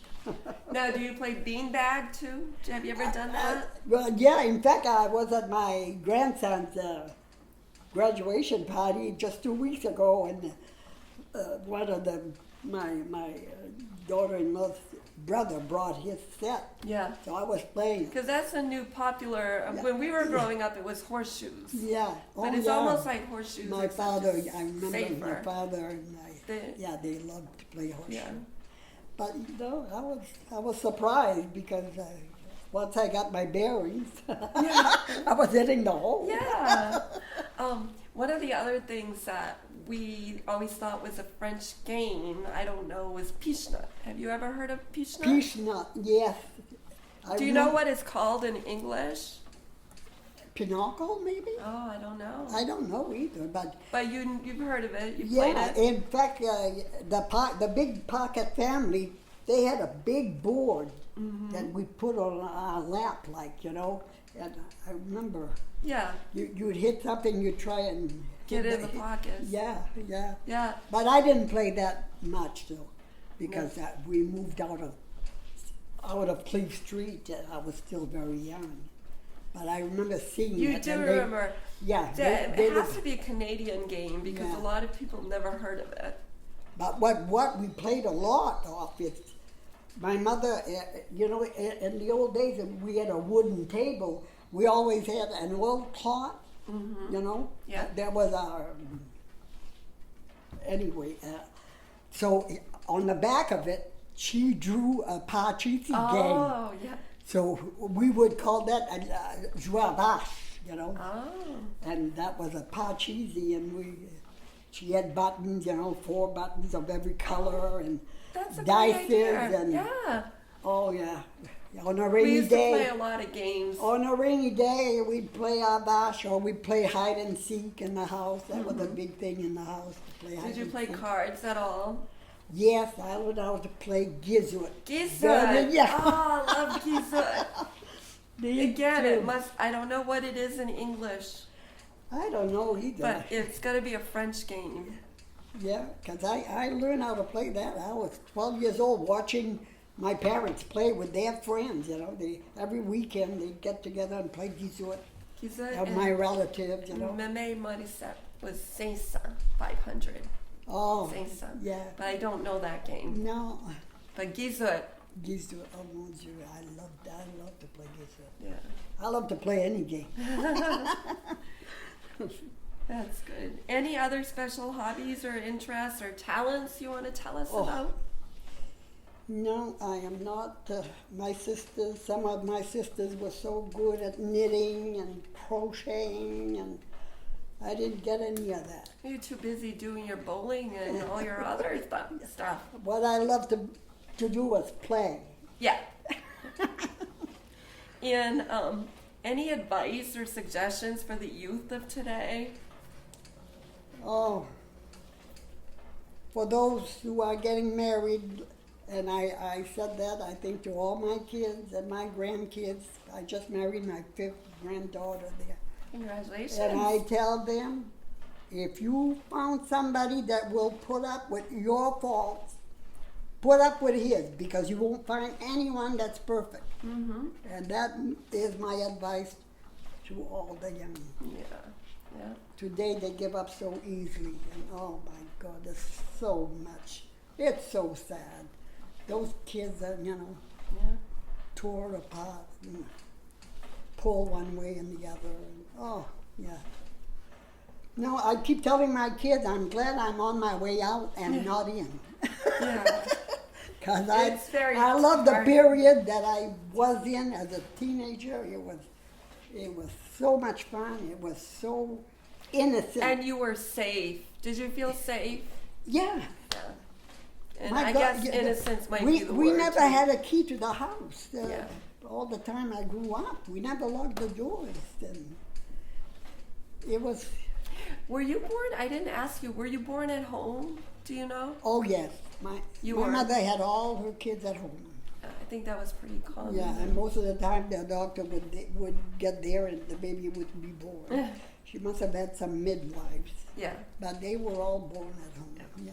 I forgot to ask you that. Well, earlier. the times we saw the doctor was very rare. Yeah. We had to be very sick. Did you get vaccinated at all in your youth? Yes, we had to be vaccinated to go to school. Mm-hmm. And I was vaccinated twice for, I think it was the chicken pox, you know, you'd have a big scab. Yeah. But it never took. Oh. My mother did it twice and it never took, so I didn't go through that. Did you do that at school or was that done at City Hall or do you remember? I don't remember. Yeah. I don't remember that it was done at school, because I think you had to be vaccinated before you started school. Mm-hmm. So it must have been done at City Hall. Yeah. That's where I went with my kids at City Hall, City Hall. for them to get their shots, Yeah. the babies. Yeah. And is there anything that you'd like to add or that we didn't cover today? So I know you have lots of stories. Oh my God, yeah. Yeah, well, if we go back to the Depression, there's one story I love to tell about my father. Mm-hmm. Of course, once the Depression, everybody was out of work, and he was always looking for work. And he heard one time that the waterworks were hiring men to dig ditches to put water pipes in the ground. So he went to the waterworks, and the yard was full of men, and the supervisor would go around and choose different men, you know, to get in the truck and they'd bring them to the workplace. And of course, he was so little. You know, he probably didn't even weigh 140 at the time. Yeah. And he was short, so he wasn't rugged, so he was never being picked. Oh. So one morning, as the truck was leaving, he jumped in the truck, went to the work site and took a shovel and a pick and went in the hole, you know, and started digging away. And the supervisor went by during the day and stopped at my father's. I'm sure he knew he had not picked this boy. Yeah. And he just asked him his name. And then every morning he'd pick my father. And my father was the proudest of all of that job. He worked for 3 months for that waterworks. And he was so proud of having been able to go work there, you know? Yeah. So, yeah. Oh, he was something else, my dad. You would have loved him. He was full of jokes and fun, and he loved to Do you sing. remember any of his jokes? Not really. No. He had a quick wit, you know. And, Yeah. Yeah. Yeah, and I remember you saying that you were poor, but you didn't. And one of the other people said, well, we were very poor, but we didn't know it because we always had everything we needed. Right. Yeah. Yeah, it was, you know, we were a big family and we got along. Well, we had fights, as everyone does, but I mean, and we grew up and we all got married and we were all our best friends through the years. We were our best friends. Yeah. We would go out together and get together and play cards, play dessert. I remember one night I had 3 tables going in my house. All my brothers and sisters were there, and you know, there'd be 3 tables, and the loser would move tables. Yeah. And the music, we were brought up with music and dancing, and those 3 years I was telling you that I was writing. After supper, of course, the others were all teenagers by then, the last 4, so they'd all be out every night. And I'd write my letter and go to bed. And then my mom and dad would be rocking and they'd start singing. And I'd be in my bed and I'd holler, sing this one, sing that one. And I had favorite songs that they would sing, and I'd be requesting. And I'd fall asleep on that. Did your dad play some instruments? No, I say that. He played the harmonica. But not with his mouth. Oh. And we had an uncle that was a real good jigger, you know, tap dancer. And my father would start, you know, playing that tune with his mouth, and everybody would be, you know. Yeah. And my uncle and some would people used to play with spoons. My mother's brother used to play the spoon. Yeah, her youngest brother. He always would keep the beat with the spoon. Yeah. No, I had a great childhood. I had a great teenage years, a lot of fun with my friends. So innocent, you know. Then I married a good husband and father. So I've had a blessed life. I really thank God every day. Yeah. Well, thank you very much for talking to us. And we can always do this again. Or if you have someone else in mind that you feel would be good to I'm very proud of my children. I know, and I'm going to take some pictures of I them. ended up with 2 girls and 4 boys. And after I had my 2 girls, every time I got pregnant, I knew it was a boy. But everybody would laugh at me. But I knew, because when I carried my 2 girls, I broke out with eczema really bad. So when I got pregnant for my first son, Dean, he's the dentist here in town, I didn't have any eczema at all. I said, it's a boy. And then all 4 boys, and I tell the doctor, I know it's a boy. I don't have any eczema. And it was the same for the 4 boys. I just knew. I knew I was having a boy too, but I didn't get one. It's funny because of course, I never had a baby shower. There was Yeah. so many of us. Yeah. After the wedding and the bridal shower, my mother wasn't about to start, so we didn't have any baby showers. But when I was pregnant for my last one, I was at components. So the girls decided to give me a baby shower. Oh, nice. And the foreman, he let us have more Have it time, there. you know, Yeah. at lunchtime. And I had told everyone, don't buy me anything girls, because I know I'm having a boy. And one of them, in fact, it was Jeannie Curro. She said, if it's a boy, I'll send you some flowers. And of course, her father had the flower shop here on Yeah. 4th Street. Sure enough, I got a nice little boy thing with flowers in it. So let me ask you, how hard was it after having 2 daughters to have a boy or 4 boys after the girls? Really? When they were teenagers? No, when they were little. When they were little, you know, my boys were not, I didn't have a really rambunctious boy. No. They were good. And when they were teenagers? And when they were teenagers, I thought there was a lot more trouble with girls because of the clothes, of the makeup. And, The you know, hormones. Yeah. yeah. Yeah. But the boys, I'm sure in high school they did their share. But, you know, I always trusted my kids, and I figured they knew I trusted them, and Yeah. my husband the same way. We never had curfews, or we just trusted the kids to do. I'm sure I hear about things now that I wasn't You were better off not knowing. Yeah. at the time, yes. But they did good in school, and, you know, like my dean became a dentist, and my Carl became a lawyer, and my Jeff is an engineer for being maritime. Yeah. That was one thing my husband always, because my husband loved school, and he was very good in school. So he wanted his kids to go to college, and we wanted all of them. In fact, our first one, Sheila, she was so good in school, in grammar school. But then she got to high school and the boyfriends, and you know, but we had her sign up for all college classes. And then we found out that she had gone and changed everything to business class Oh. because she didn't want to.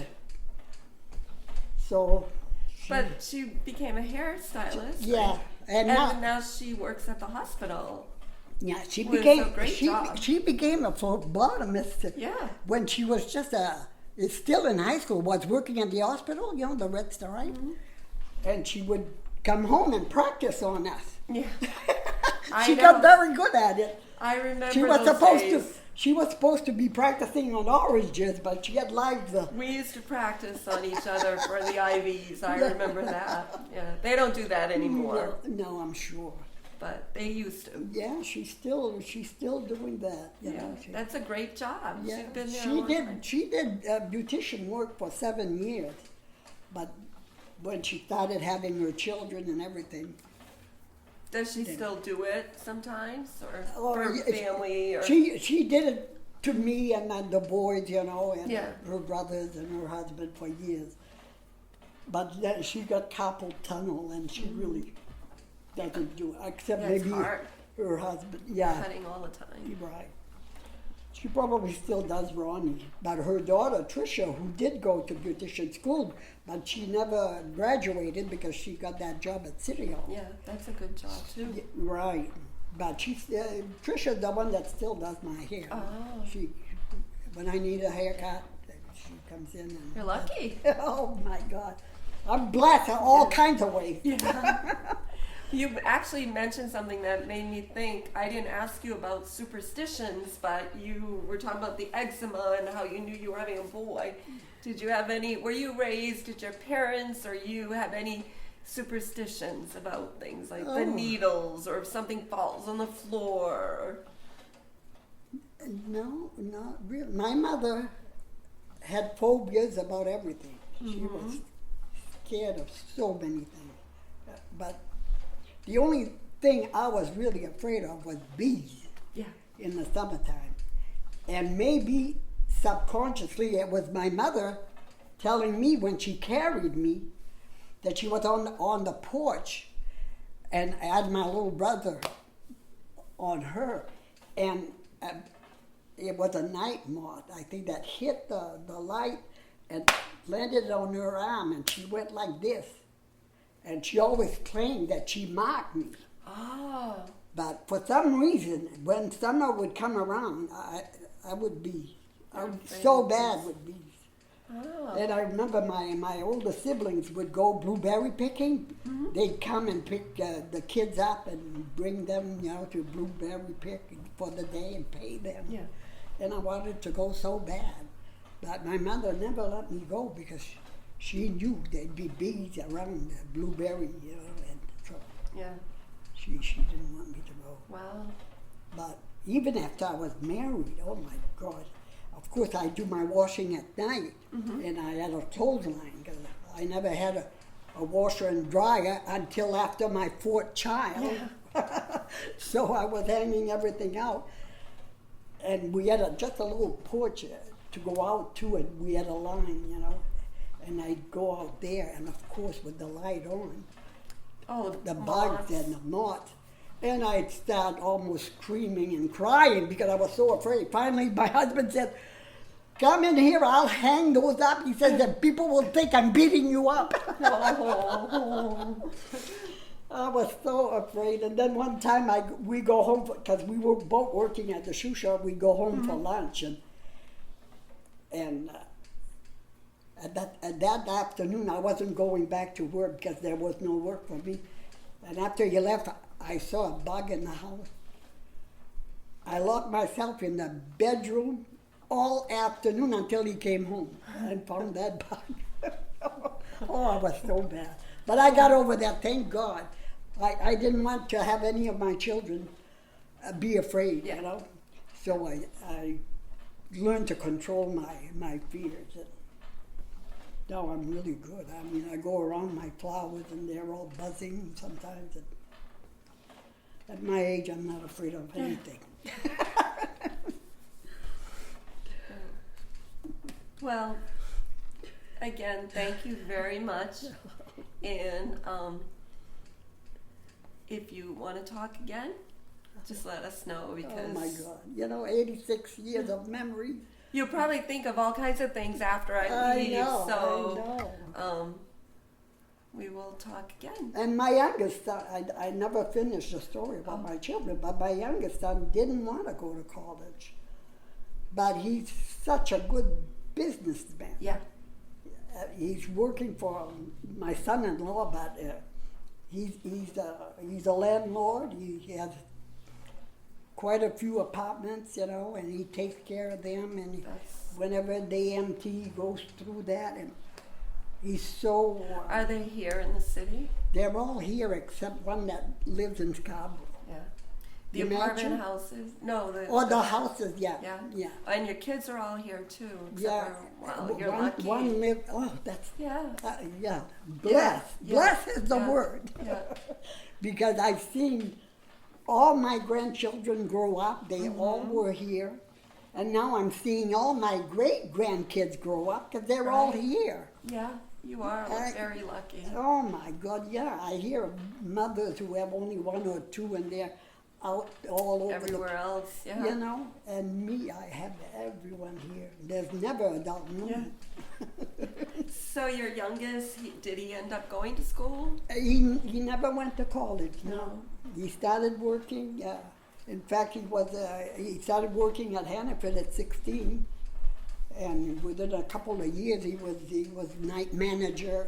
He had a good business mind, and he was a hard worker. Yeah, college is not for everyone. No, today they all send him to college. And they can't get a job. And if you learn a trade or, Yes. learn a trade, you're probably better off. Oh my God, yes. And in fact, I shared a posting this week about that, Yeah. And they were saying how if you learn to be a plumber or a trade, the money you'd be making, Well, they spend all kinds of money. They're so expensive, the colleges now. Yeah. The generations now. When I went to nursing school, I found my old bill the other day, and it was maybe $3,000 for 3 years. Oh, yeah. And now, that probably wouldn't even cover your meals for 1 year. I mean, and then you figure the rents are so expensive. You might as well have a mortgage. Oh my God. It's hard to find a rent in Biddeford now, so I'm sure your son is doing well with apartment houses here in the city. 'Cause Oh yeah. it's really hard They're for people. they're always full, and there's a shortage of rents. No, Yeah. he's doing very well. That's good. So they all Well, are. you did a good job raising your family. It was funny because when they were little, especially after they were old enough, we had a bar we'd sit in our old house, It would be in the booth, and I'd say, "You're going to be my surgeon, and you're going to be my lawyer, and you're going to be my dentist." And the youngest one, I would always say he was going to be my priest. Oh. And the minute he was born, I said that to the doctor. Yeah. That, this one is going to be my priest. But he became the youngest father, but not a priest. He was married very young and became a father very young. Yeah. But, So who? but they switched because the one that was supposed to be a dentist became the lawyer, Oh. and the one that was the lawyer became the engineer, and my dean was, I had always said my surgeon, but he became the dentist. Yeah. That's funny. Oh, I should have brainwashed my girls from that time on when they were real little. But we did want, we would have loved to be able to send an ad. They wanted to go, we were ready to help. And of course, we could get help too at the time. Right. Like my dean, he went to Dartmouth and he had some scholarship to be able to go there. Well, you still have to be pretty smart to get those scholarships. Oh yeah, and he was second up with class, I think. He was. Yeah. And then he went on to. We had 17 years straight of college, because 2 of them went 8 years, and then the other one went to Maine Maritime for 4 years. So there was a lot of. A lot of school. A lot of schools and a lot of bills, They would borrow as much as they could, but when it came time, for the semester to start, you needed You need the cash. $4,000 or then. $5,000 to send in for the next semester or more. But hey, Wow. my husband was so happy to see them Yeah. going on to school. Now your husband, was he born here in Biddeford? Yes, he was. But his family was from Canada. Well, also. his mother had lived in Canada, but she was living here when they got married. Oh, okay. Yeah, and him. There's some LaFlammes and. Yeah, but that would be on my Not the side. same. Yeah, but that. Oh, that's your father. Yeah, no, the LaFlammes, they're all related to each other, but not to us. The LaFlammes in town. Arundel. Yeah, there was a family of 7 brothers, I Yeah. think, and they're all related, but they were Not. not. They're not related to us. Yeah. Maybe if you go far Yeah. back Or enough. not that. But my brother, who was a Sacred Heart brother, he did the genealogy on the LaFlamme and the Binet side, and he was able to go back to the 1700s. Wow. Yeah, It's interesting. yeah, It's nice to know your roots, where you come from. I know. And like I say, I'd be curious to do that DNA test that they do for ancestry, because I always think some of my father's brothers, I thought they looked like Indian, and his father, on that mortuary card there, his picture, He's got the high cheekbone. And they just, I'm sure, way Yeah. back. Probably. I probably have more than Warren does.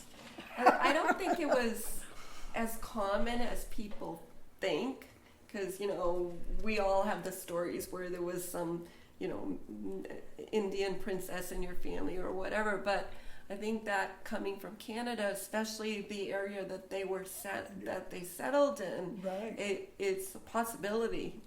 Right, because when the natives were in Canada and in America, Right. and when those boys came to Canada, I'm sure Yeah. they mixed with the natives. I mean, we've done the testing. We have some, but it's way back from 1600s. Oh, And sometimes that won't even show if you do the test, right, because it depends on how the genes get split. right. But I have the documentation. Oh. But it's so far back. It wasn't enough. Yours might be, you said they went in the early 1900s to Abitibi, so. Yeah, but that was Yours. my mother's sister. That wasn't my Not your grandparents. blood. Yeah, Yeah. yeah. Never know. No. If you're gonna do it, it's a good idea Yeah, to do it. I'd be curious Yeah. because I know if your children, if you had native blood enough in you, your children could go to school UMO free. Yeah, I think it has to be within so many generations, but I'm Right. not positive. Because I know a young woman that her two sons went there. All right, I'm Oh. gonna turn this off. Yeah. I think we're all set, Oh, and We've I got can it. we can always come back if you think of something else. oh my God. Thank you very much. You're very Thank you. welcome. Hi, this is July 29th, 2020. I am here with Rachel Tourigny. We're doing a second interview, and my name is Diane Sear, and we're at Rachel's house right now. Hi, Rachel. How are you today? I'm very good. It's a beautiful day. Oh, it is. Yeah. So we did have a discussion, and I know that we were going to talk a little more about your children growing up here, what it was like. And one of the things I don't think I asked you is, how long have you been here in this house? 20 years. 20 years. Yes. My son-in-law, who owned this land, we bought the lot from him, and he contracted. He used to build houses. My Karen's husband, Guy Boutot, he had a construction business, but he had bought his business by then. But he contracted for us, and my husband and I, people were saying we were crazy. My husband was 70 years old to build a brand new house, but we had said if we would live there 10 years, we'd be happy to move to West Street. Cemetery's really close. And my husband, he lived 16 years before he passed away. So, and I'm still around after 20, so I'm on borrowed time. So that's St. Joseph's Cemetery, right? That's where your family is. Right. I used to go and walk it all around the cemetery every day. I love to walk in there. Well, I wanted to ask you too, we're going to talk about your children a little bit, but what was it like for you working at the schools? Oh, it was a job, I worked in the kitchen. We had good days and we had real hard days, But it was perfect for me because I had all my children in school. Oh, he's just going to put it in. I had all my children in school, and I would leave after they left, go to school, and then I'd come home before they did. And then summers I'd be home with them. It was perfect. The money wasn't good, but hey, it was a job and it was help. Yeah. The little I could help. So yeah. I enjoyed it. I enjoyed the girls I work with. To say that I loved the work, well, it was work. I enjoyed my job afterwards at taking care of aftercare kids at St. James. Yeah. There I went to play. Oh. So is there a lot of were they all Franco-American children, or was there a lot of diversity when you Oh. were working at the? The public schools, oh yeah, very diversified. You must have got pretty close to some of those kids too. Well, being in the kitchen, you didn't deal that much with them. For a while, I was taking their names, you know, Yeah. who had paid, who didn't.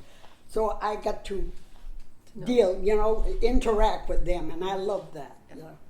I love kids. And same when you were working at Oh. the aftercare. There Yeah. I was with them, and Yeah. I played with them.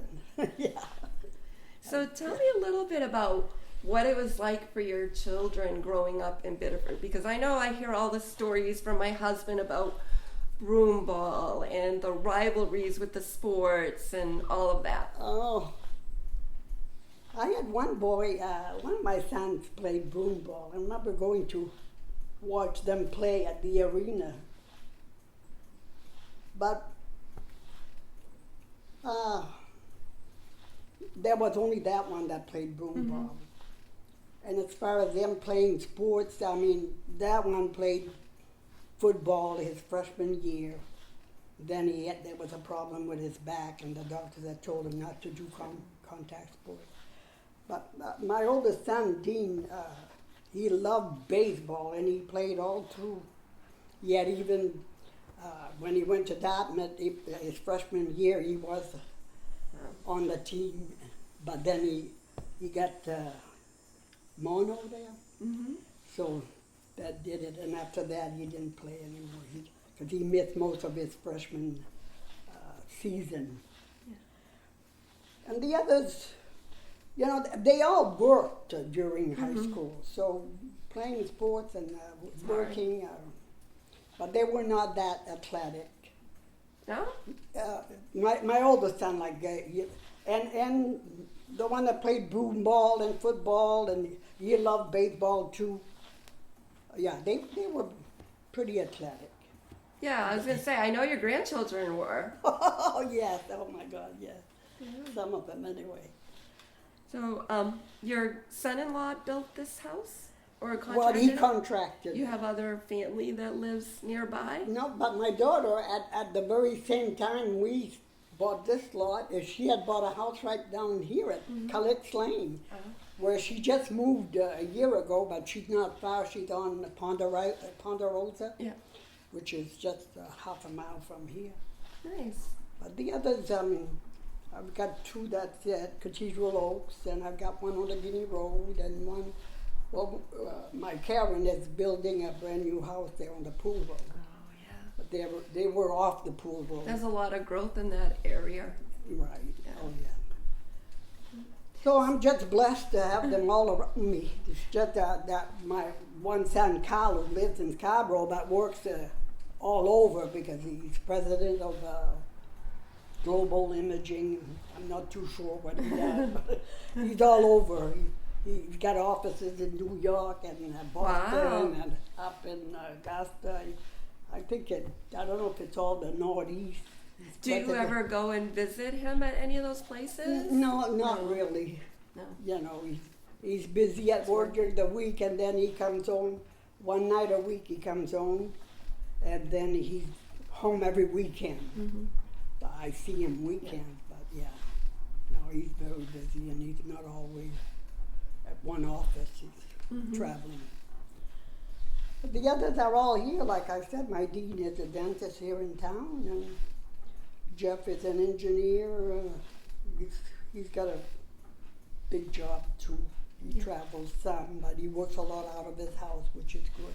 He's a consultant engineer. I'm sure he's busy Oh yeah. with the housing market and everything the way it is now. Yeah, but he's mostly into government, big electrical jobs that they. Oh, it's so hard for me to know what they're doing. But I know he's got a big job on. He's got a big job. Yeah. Too. You must be proud of all of them, and I know that you wanted to well, talk a little bit about your children. So. Yeah, my Sheila, of course, like I say, she became a beautician, did that for 7-10 years, and then started. in high school she had gone to be she had worked in the lab as a candy striper that I used to have, and she became a lobotomist. I think that's right. That's what it is. That where they draw blood. And now that's all she does at the prime care.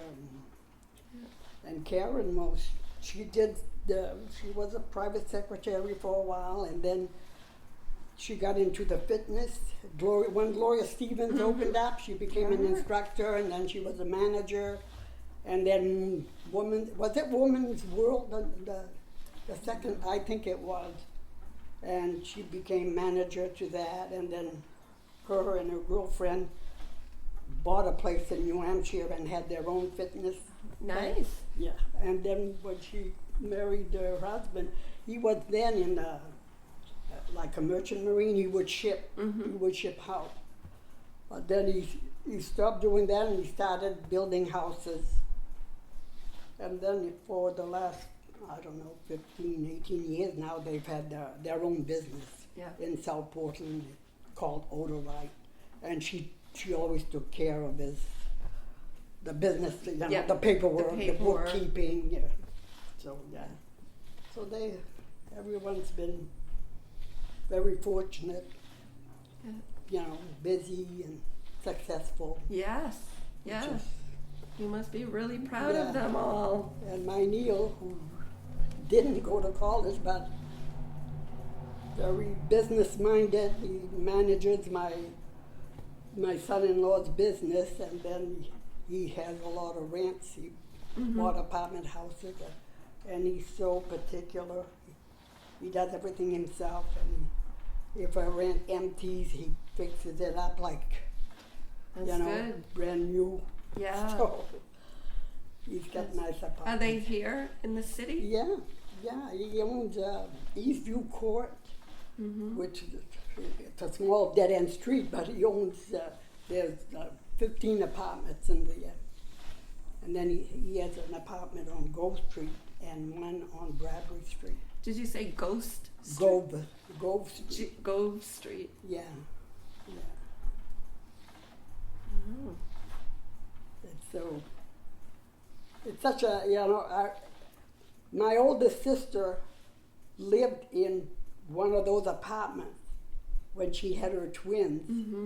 So after he bought the apartment house, I had brought her there to see that apartment again. Brings back memories. Oh my God, yes. And my husband and I lived right next door to that apartment house on Gove Street for 5 years before we bought our first house.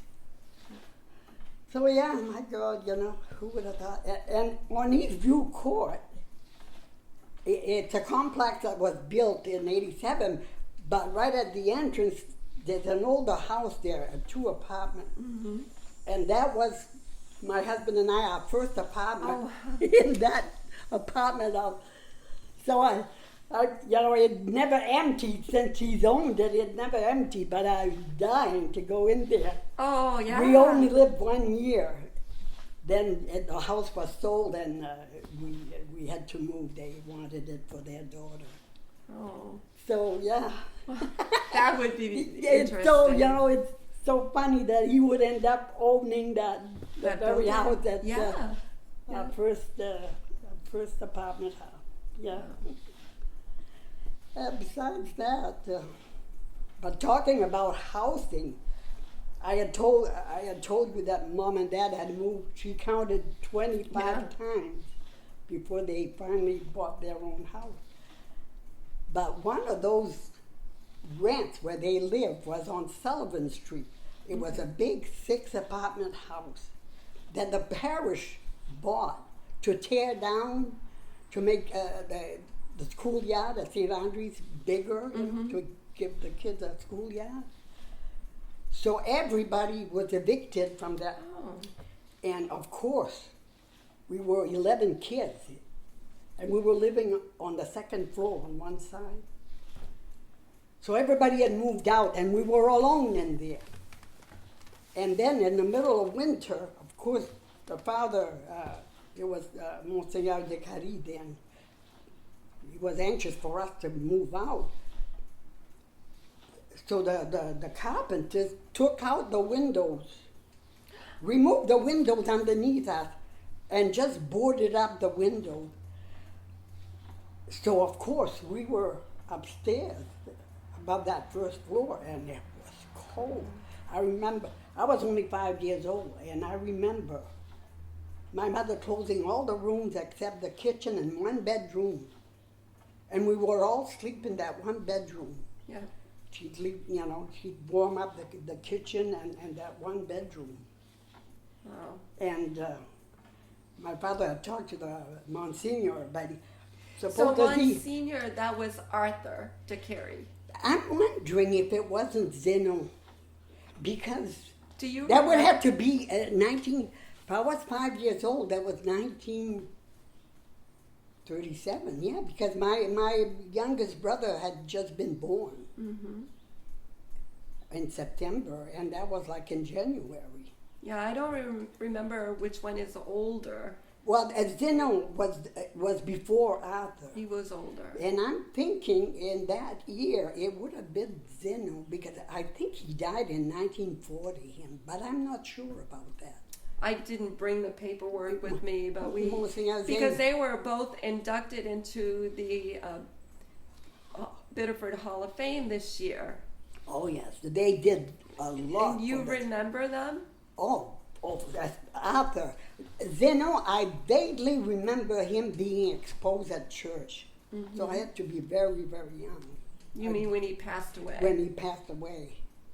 So I'm thinking in 36, 37, it had to be. Anyway, he told my father it was a misunderstanding. Yeah, I'm surprised that they would do that to you. My father was not happy with No. that.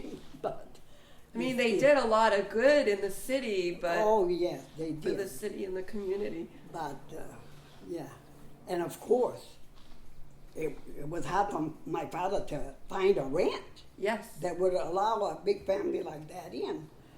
So finally, he had found a ranch, but it was right off the bridge. They had those big apartment houses right before you enter the bridge at Biddeford Circle Bridge there. Was it Water Street?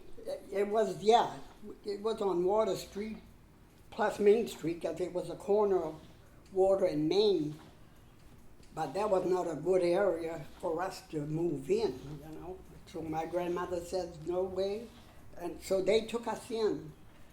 They were living in a 2-apartment house that their son, my mother's brother, owned. Okay. And so my grandparents lived upstairs, and downstairs they evicted the people, and we were able to move there. And then a year or two later, my grandparents moved to one of my aunts on a farm in Somersworth, and we took that big ranch upstairs, which had bedrooms upstairs, and Yeah. it was a perfect ranch for us. But then my mother's another brother, who also had a big family, bought the house from his brother. So, and of course, he wanted our ranch, For you his know. family. So, oh my God, That had to have been tough. that was a horror show. That was a horror show. They moved the same day, of course, and you know, and we were moving from that big rent into a 5-room apartment. Mm-hmm.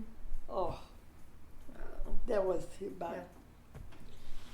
By then, things were getting better. That it was right almost at the end of the war. It was in 42 we moved there, I think. So there, my father had gone to work in the shipyard, was making a little more money and saved money. Was the shipyard in Portland then? Yes. Okay. Yes, Portland, South Portland, I'm Yeah. not sure, but it was. And one of my brothers, who turned 16, was able to go work with him. So my father and mom saved enough money to finally bought a 2-apartment house, and that was exciting. I'm sure it was. So, we were moving into our own house, but it also had a bathroom with a bath, yeah. which we had never had before. So, Wow. but kids today, they get married, they have everything, beautiful houses, and Well, not all, but many, many, many. Yeah. Of course, both are working full time and Yeah. have very few children, and they're all being babysat at daycares. And I wouldn't change And places even with that's them. not like it used to be, because I remember my Meme Levine Yeah. was in her 90s, and she would babysit at home, but you don't find a lot of people that do that anymore. Oh, no. 'Cause- My mom did that. yeah. When she retired, well, my father died at 55. She was only 54. She started working in the shoe shop. In fact, with me, because I was working at Kesslin then. Yeah. And in fact, that's where she met your mom and your aunt, and Yeah. yeah, they really got along good with my mom. Yeah. I wish I had gotten these stories from my mom before.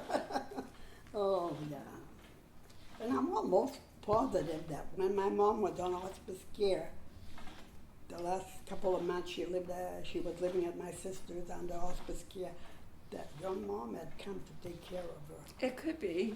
Because they were coming almost every day, they'd wash her and change her bed. And Yeah, because when the shoe shops all closed, my mother went back for her GED yeah. and became a home health aide, which she loved. Yeah, I'm sure she did. And so good. one of the reasons she loved it is because she got to speak with people. Right, and she in could French. speak French, right. And a lot of the people in Biddeford, I don't know if it's still the same. Well, I'm sure that Most generation probably has- speak English now, but Right. a lot of them didn't speak Oh, English. No, my mother never did. I'm Right. sure she understood it, but she never would speak it. Yeah. I had my father lived, even when he died, he was trying to really speak it. And like I had told you, he went to night school and he was able to get naturalized and become a citizen, and he wanted to speak English. And yeah, he would have too. Yeah. But yeah, that was quite an episode. Yet when we were still in that rent, and it got all over town, and people would come from all over to see this. And I remember years later, I was picking up a schoolmate to go to school, and her father was home, and he asked me my name. And when I said my name, he said, "Are you from that big family?" And that was years later. So it was quite something. But we did move out fairly fast after that, because it was real. And it's so funny because I have a recollection of awakening, and I think I was sleeping on the floor with my sisters, and it was early morning, and the kitchen door was open a little bit. My mother would get up early in the morning to fix my father's lunch or whatever, if he was working then. I think he was working.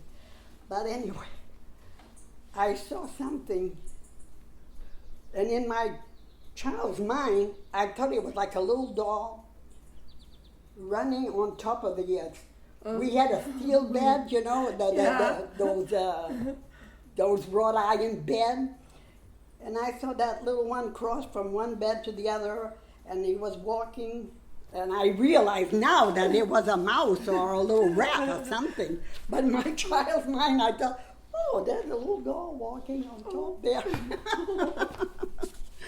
Oh, it's weird. Did you ever have any pets growing up? We always had a cat. You We did? always had a cat, and Well, it seemed as if it was always a mother. I was Because gonna she say she wasn't doing her job then. Well, we probably didn't have one then, because Yeah. that's true. You huh? had a lot of children, yeah.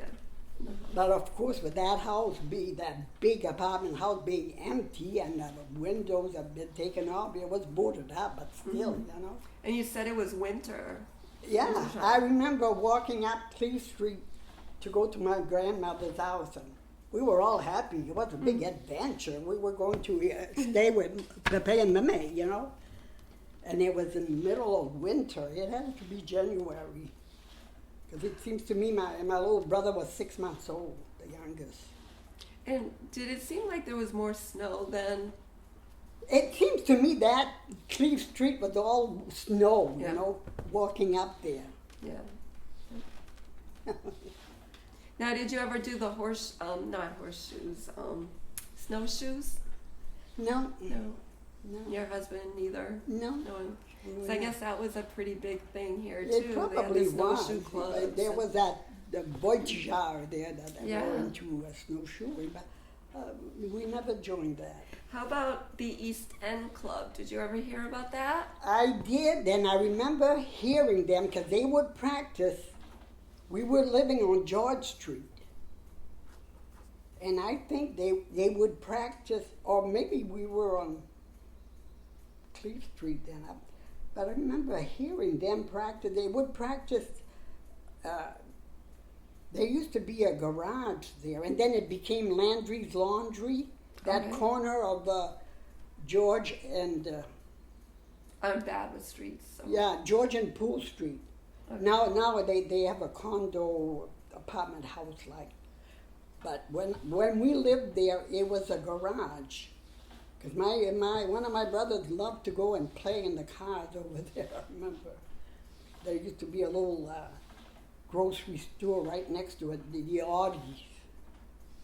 Well, I heard yesterday that the garage, my grandfather actually, when they closed it, brought it and put it on his property in Biddeford on Vine Street.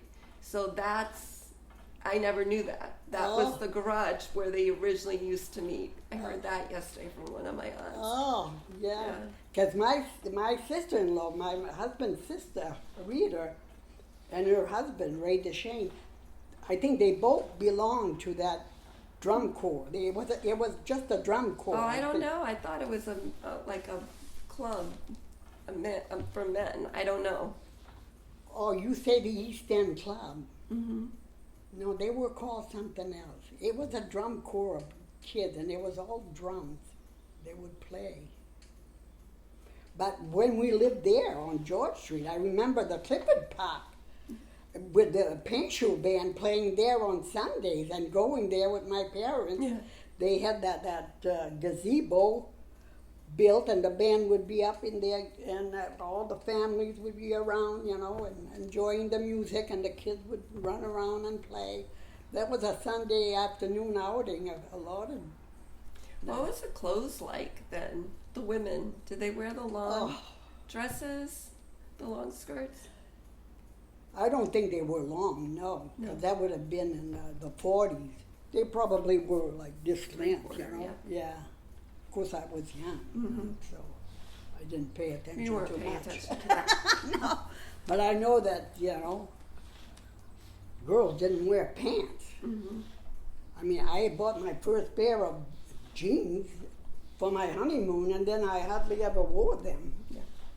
You know, even after I started working like at components, after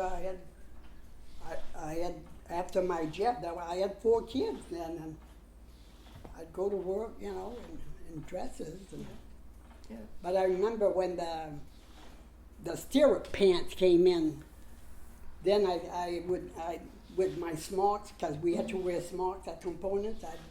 I had bought a lot of those stirrup pants. I forgot about them. Yeah. Now, did you know Danny Gagne? Danny Gagne. Do you know him? He was a skater. Yeah. You wouldn't mean the Go Beals? Because the Go Beals were too. skating. Yeah. Danny Gagne, I don't remember the name. So you knew the Go Beals. Oh yes, I saw them skate and jump over barrels at the skating rink, Westbrook skating Yeah. rink. Oh yeah, and they even raced in Boston and won races. There was a girl and her brothers, I don't know how many, but they were good skaters. A lot of Fast skaters. people go. That was a big deal here, Oh yeah, wasn't it? I mean Westbrook. Was there another skating rink across the road from Yes, and they played hockey there. that? What was that one called? It was called Silver Springs, I think. I'm almost sure that was the name of it. Because I went to see my brothers play hockey over there. I was very young. And they played hockey over there. Wow. Silver Spring. Yeah. And when we lived on George Street, my sister Lorette started working here at Saborin's Bakery, which was right down here where the condos are. And every Friday, my brother and I would go and buy her lunch at Fournier's. They had a fried clam and French fried place, and we'd buy her a box and walk down through Clifford Park. We'd get out here somewhere near the bakery and bring her lunch on Fridays. Nice. Yeah, I never went back into Clifford Park, and I'm sure there's all kinds of trails in there. It's pretty big. Yeah. I mean, people could get lost in there. I didn't realize how big it was. But Do you remember the quarry? They had a quarry in there. No. In a cemetery that they just found, or that Right. they're working on cleaning up. No. Like I say, we'd go there Sunday afternoon to listen, run around the gazebo and listen to the music. And then I did that trail with my brother, bringing my sister's lunch at Staborin's Bakery. Yeah, and Patience Band was really big. My husband used to play for them. Oh, yeah? But unfortunately, they disbanded, but they were the band of New England. They were a very popular band in there. Oh, and they were a long time. They Yes. played for a long time. Yeah. 'Cause they were always in the parades whenever Yeah. we had parades. Pension Bands was the first one in there. Mm-hmm. Yeah. And I think, unfortunately, and this is why we do what we do, when it was disbanded, my husband was still playing, and the younger people nowadays are so busy with families and working, like you said, Yeah. pay your houses and pay your bills and all of that. Nobody took it Nobody over. takes the time to go and practice. The Even older- the alumni band, which was very popular, it's still going, but not as it was before. Right. For a Right. long time, it was very. It's hard. It's how do we get the younger people interested in this, because nobody wanted to take over Patience Band. Now the young people are too busy right now. Right. Well, even our Biddeford High Band, who was so good for quite a long time, and then completely stopped. Now I think it's restarted They're again. trying to start it up again, and they're raising money for uniforms And all that was a good. And music is so important to the culture, and most people, music is important in one way or another to their culture. It's and so growing part up. of your life. Yes, yeah. I remember all the big bands, and remember all the old war songs there, and oh Lord. So Rudy Valley was from Maine. Yeah, but Did you see, ever hear him? Well, I heard him. At I the think pier? he probably was passed away when I heard. Oh, some but of his not music. at the pier. No. Okay. I was wondering I if was he ever too went young. there. That was before Yeah. my time. That was even before my time. But the big bands during the war, oh my God, they all came. Yeah. And I saw a lot of them. I loved to go dancing. Somebody shared a picture after our first interview. You had talked to me about the bands. Yeah. And it was, I think, 100th anniversary or something. And I saw it on social media, and it was pretty impressive. It was that big room that you talked about. Big ballroom, and they had that crystal ball. And whoever took the picture was higher, and there were a lot but of there was a people. balcony. People would go and sit in the balcony and just watch the dancing and listen, watch the bands. How many people did it? It seemed like a lot of people in there. It was big. Yeah. It was big. And then, like I had told you, on the backside in the open was a screen where they would show movies at night, But me, all I wanted to do was dance. I never really got out back to watch movies. Must have been so sad and hard for people when that. Oh my God! The first part of it went in a hurricane, but then it was Okay. Then it was a fire, and Right. in fact there was something right last week. Somebody posted something, a picture of the fire, where the whole thing went, and with Noah's Ark and a lot of the amusements and that merry-go-round that was right. I on the remember top. those because when we were growing up, Oh. once a summer we would go to Oh. the orchard. Noah's Ark was very popular in the merry-go-round. Those are the Oh, two I really yeah. remember. Us too. My parents, of course, like I had said, my father never had a car until 9 months before he died at 55. But when we were little, they would take us to the beach one time. And at first it was by train. Oh. And my mother would stand at that door and count us kids, wouldn't let anybody else in until we were all in. All And then 11. it was the bus. The train stopped. I don't know when, but then we'd take a bus. We'd go once a year. My mother would sit in a little cotton dress under the pier to be in the shade. She was deathly afraid of water, Oh. but my father would come in the water with us. Oh. Yeah, it was. I wouldn't change my childhood with anyone. Now, when You know. did your grandparents come? Did you ever hear stories from your grandparents? My grandparents, well, on my mother's side, they immigrated here and lived here. I'm not sure if my grandmother, where she was born. On my mother's side, she was a Greenier, and I know all her brothers were around here. She had twin brothers, and those were great uncles, you know. I got to know a few of them, but not all of them. They would come and visit and talk with my father. But on my father's side, I saw my grandmother maybe once or twice, and I know my grandfather came once, but I was very little, and I don't Because remember. they were in Canada. Yeah, they were in Sherbrooke. I think they lived in Sherbrooke. Mm-hmm. But when my mother and father were born in Hamsu or Hamnao, you know, that's where. And when we had, I think it was Hamsu, they celebrated their 100th year anniversary, the church, and we had taken my mother there, and she showed us where the grandfather lived, my father lived, and we were allowed, we knocked at the door and they let us in. Oh, that's And exciting.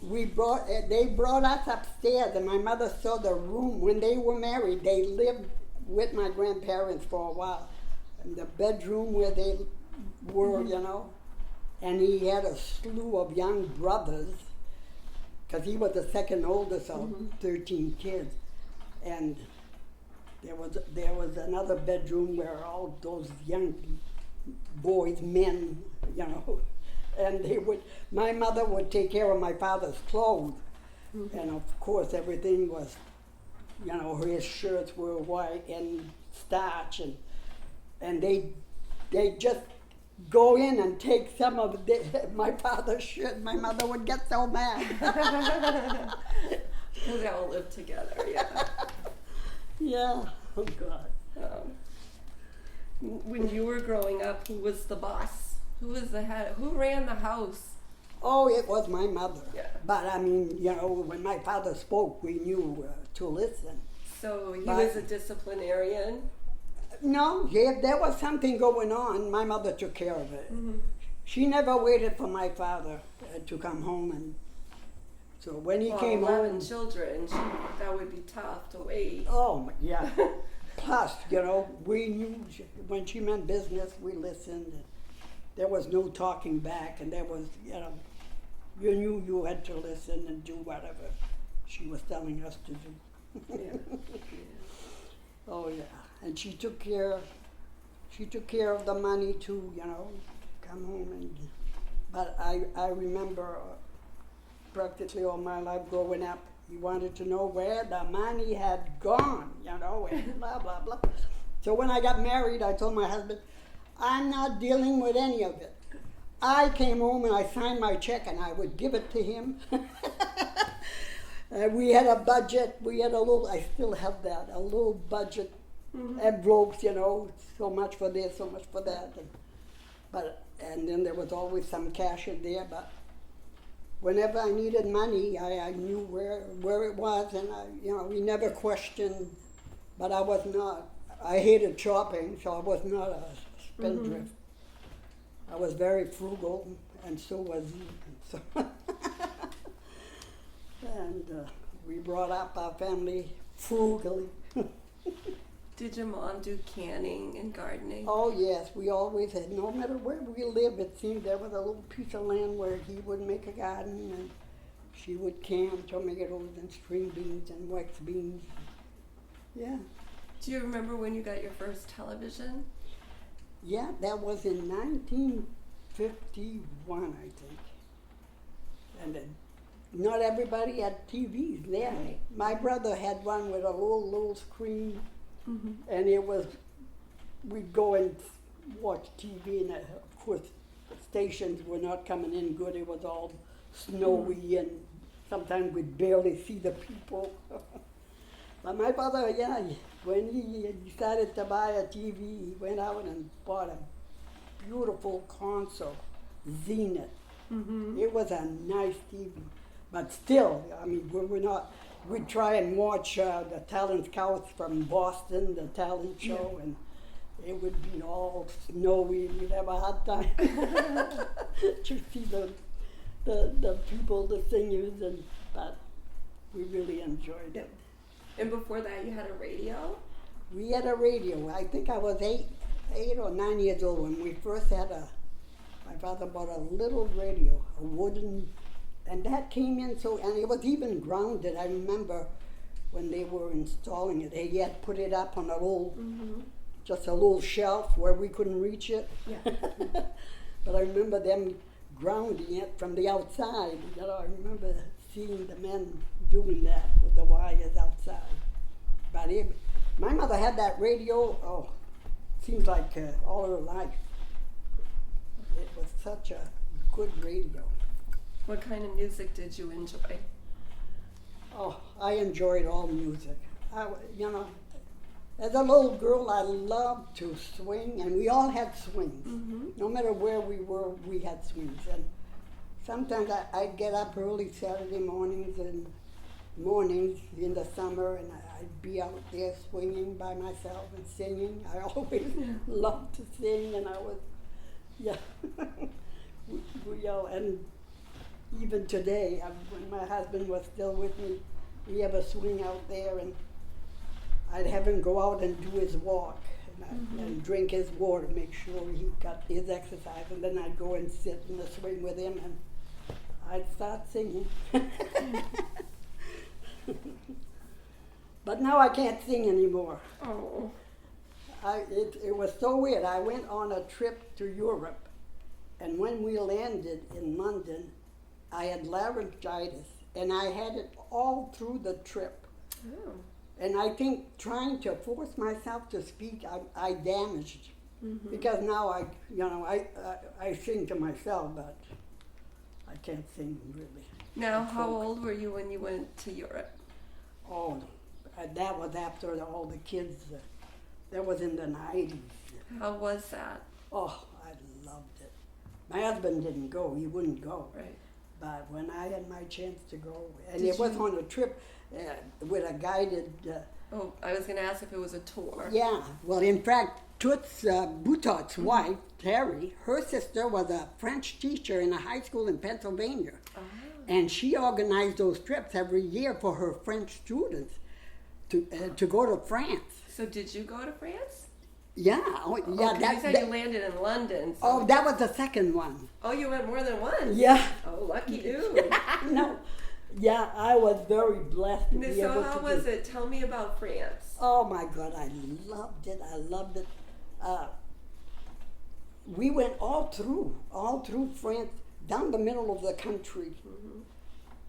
And we went to Nice and Monaco. We visited Monaco, and then we came up and went we landed back in Paris, and we flew out of Paris. We had gone to Petit Bourget, and we had a bunch of high school kids with us, but there was adults. There was a group from Biddeford, because her sister had organized a group from Biddeford, and we met up with them, and she guided us. She had gone many times, and Terry, Tooth's wife, she went many times with her sister. But that one trip, she organized people from, and I had told her, if ever, make sure you remember me. And she came, and I said, yes, sir. I was going. My husband was not a traveler. He never wanted to go anywhere, so. Well, you're lucky you got to see the cathedral. Oh, yes. Oh, Notre Before it Dame. burnt. Oh, yes. And when we went the second time, we went to London and France and Italy. Oh. So I went to Rome. I saw the Sistine Chapel, the St. Peter's, and oh God, the Leaning Tower of Pisa.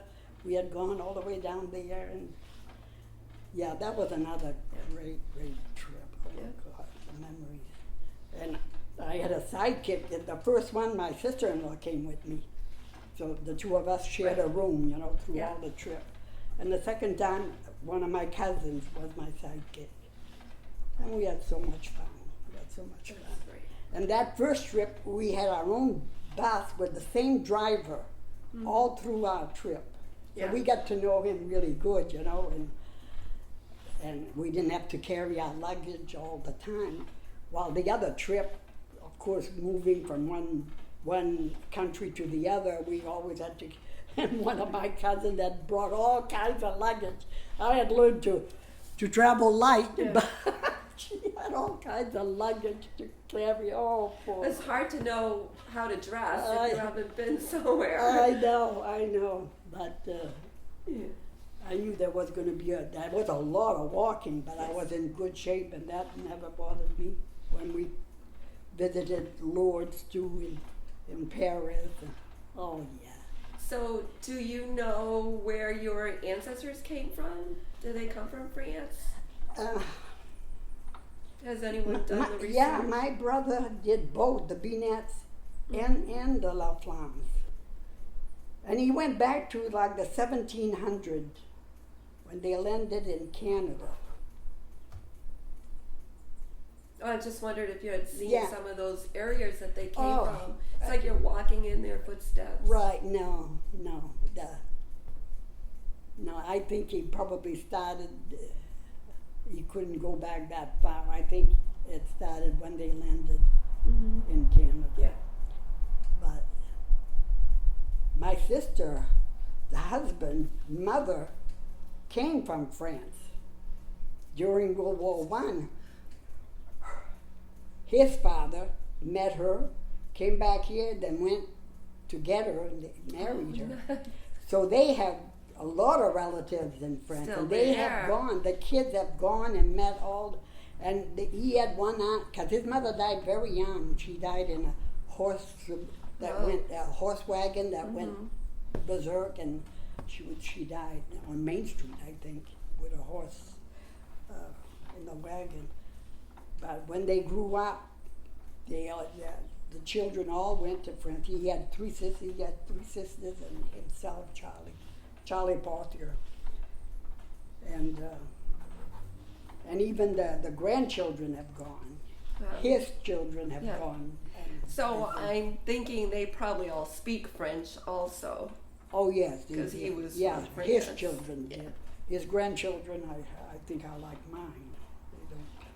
They don't speak They French. don't speak French, and I'm not sure if the young ones, his youngest speaks French. I think I know his older girls do. In fact, one of his daughters was our mayor for a while, Bonita Oh yeah. Javier. Belanger then, but Portier, yeah, she was our mayor. Yeah, oh my God. How important was your church life growing up? Were you really involved, you or your family involved with the church? Well, we always attended Mass. That was, and of course, rosaries said in the house all the time. very faith Yeah. filled, but not that they joined anything. No. When I was in grammar school, of course, that's the only place I went. But I loved to be in the choir, Yeah. so I would always join the choir. But yeah, we enjoyed that. We'd go. My mother would fix up some toast, and we'd go to mass, and then we were allowed to go in the parish hall downstairs at St. Andrews, and there they would serve cocoa, I guess, because we'd have our toast after mass, because we'd go to communion every day. Yeah. Must have been tough for you to see that church close. Oh, I think we talked about that the last right. time. It's sad all over. It's sad all over Mm-hmm. to see our beautiful churches half empty. Well, you've seen a lot and you've done a lot, in your life. So, Oh. would you have any advice for the young people today?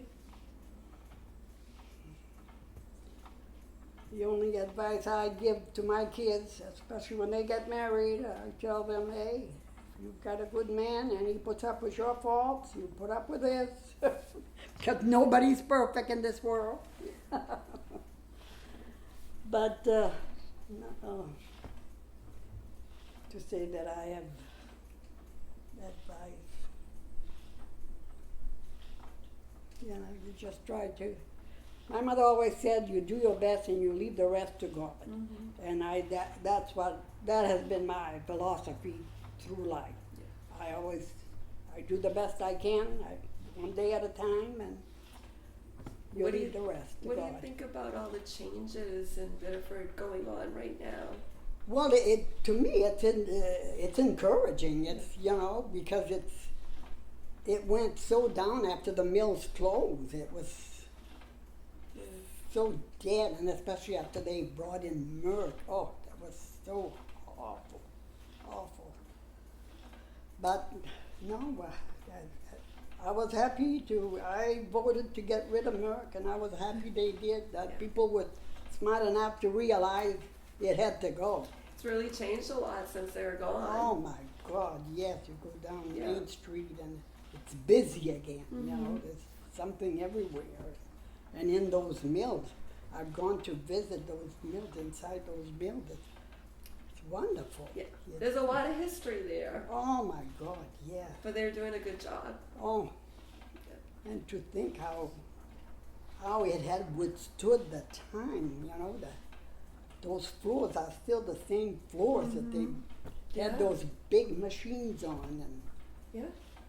Some of the mills actually have some of the machinery yeah, in the halls. yeah. Yeah, because I remember my father, of course, he came here because he knew there was work in the mill and he wanted to work. And he was in the card room, and when we had done the tour with a guide, there was pictures of the card room and what it was, which was fascinating to me because I had Yeah. never seen it. Yeah. And you think that fall, that beautiful fall that we never even knew it was there. Yeah. Really, we couldn't see it. Nope.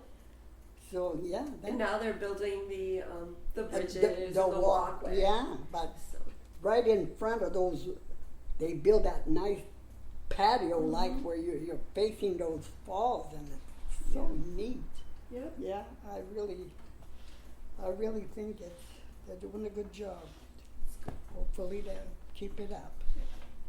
And the young people are moving here. So yeah, we're Yeah, the youngest. It's the youngest. City population. Yeah. So that's all encouraging. It is. Yes.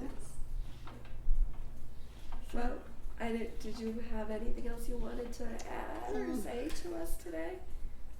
I had written down a few things, and I think I went through it. Well, it's been a pleasure speaking with you. Well, Yeah. it's been fun reminiscing. Yes. I mean, so many memories. I'm sure I'm missing a lot of it. But my mom and dad, they were good people, hardworking, and they instilled the work ethics in all of us. And we were so blessed.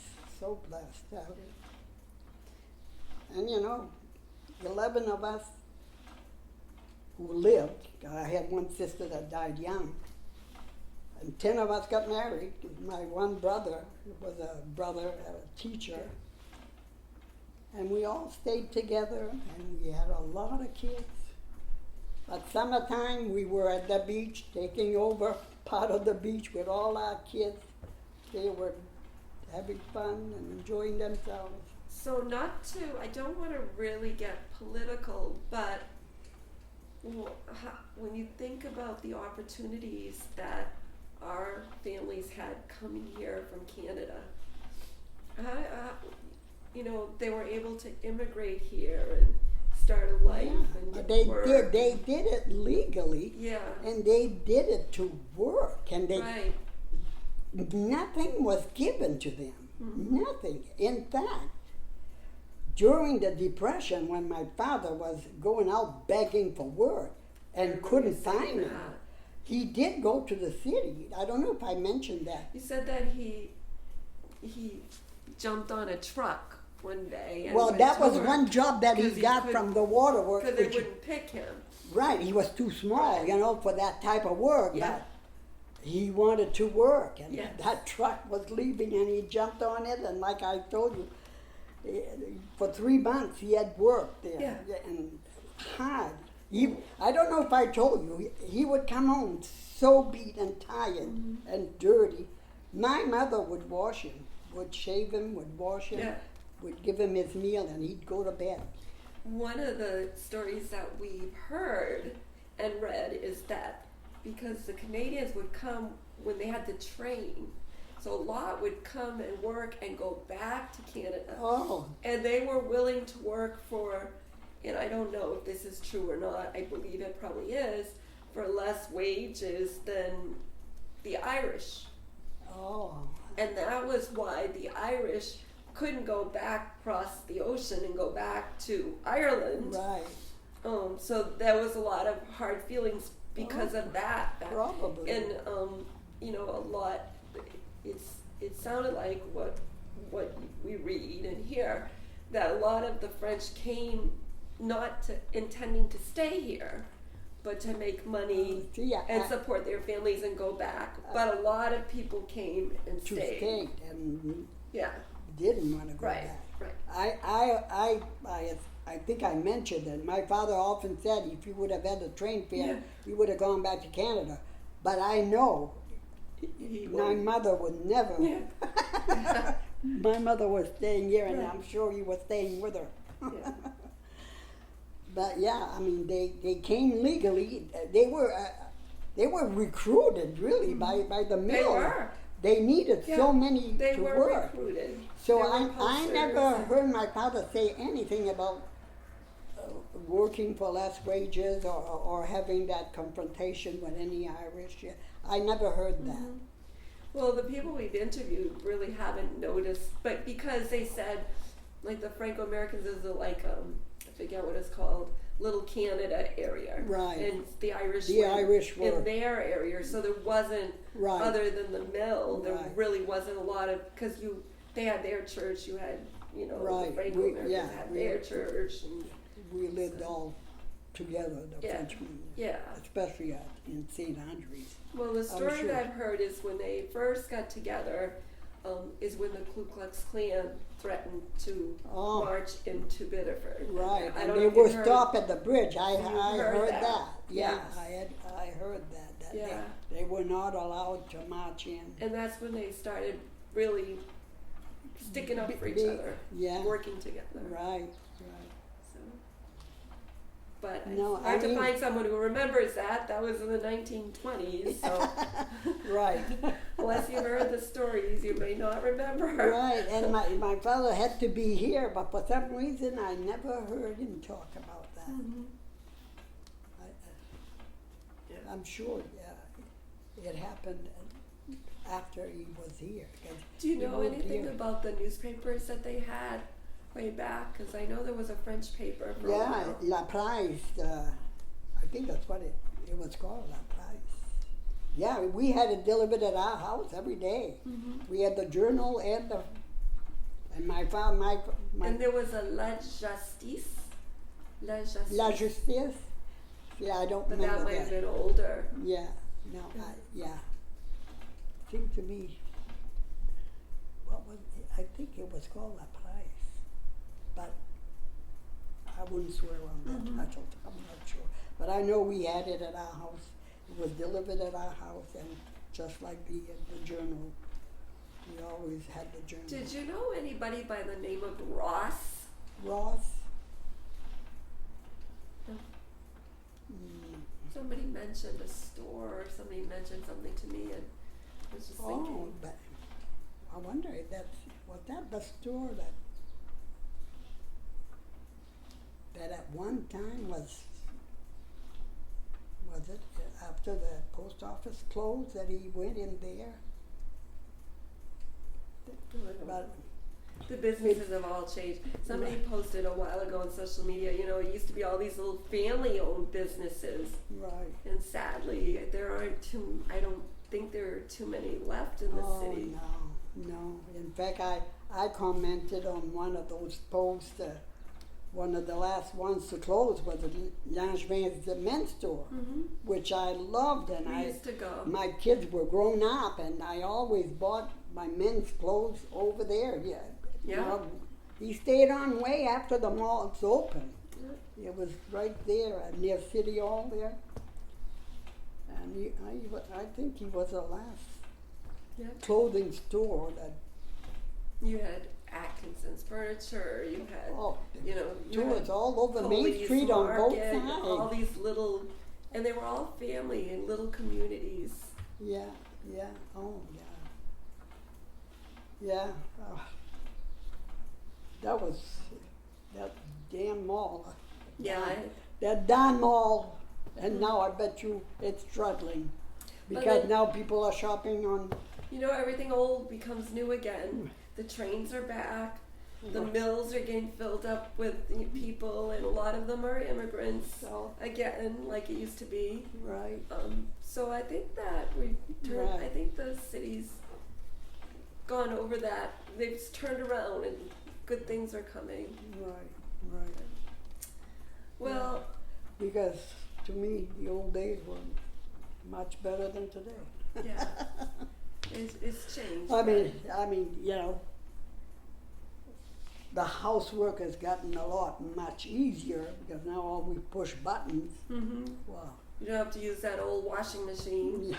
With the ringer.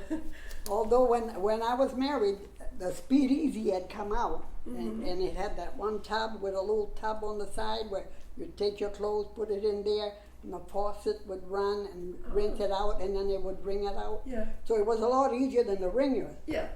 But but I did a lot of washing on the ringer type because as I grew up, and my mother was working, sometimes I'd be the one doing the washing for the family. I'd come home from work, from the shoe shop, and roll that machine in the middle of the kitchen, and then fill it up with buckets. And Now, when you worked at the shoe shop in Kennebunk, how did you get back and forth? we had a driver. There was a couple, Mr. Lorangi and his wife both worked there, and he'd pick up my mother and I, and there might have been another one. There'd be carfuls, you know, that we'd drive there. For a while, I think I was traveling with Mr. Hewitt, I think, too. So yeah, we fill up cars and have drivers. Well, it's been very interesting listening to your stories. Well, I don't know how interesting, but I've lived a full life. Yeah. I've seen a lot of things, you know, that were in that.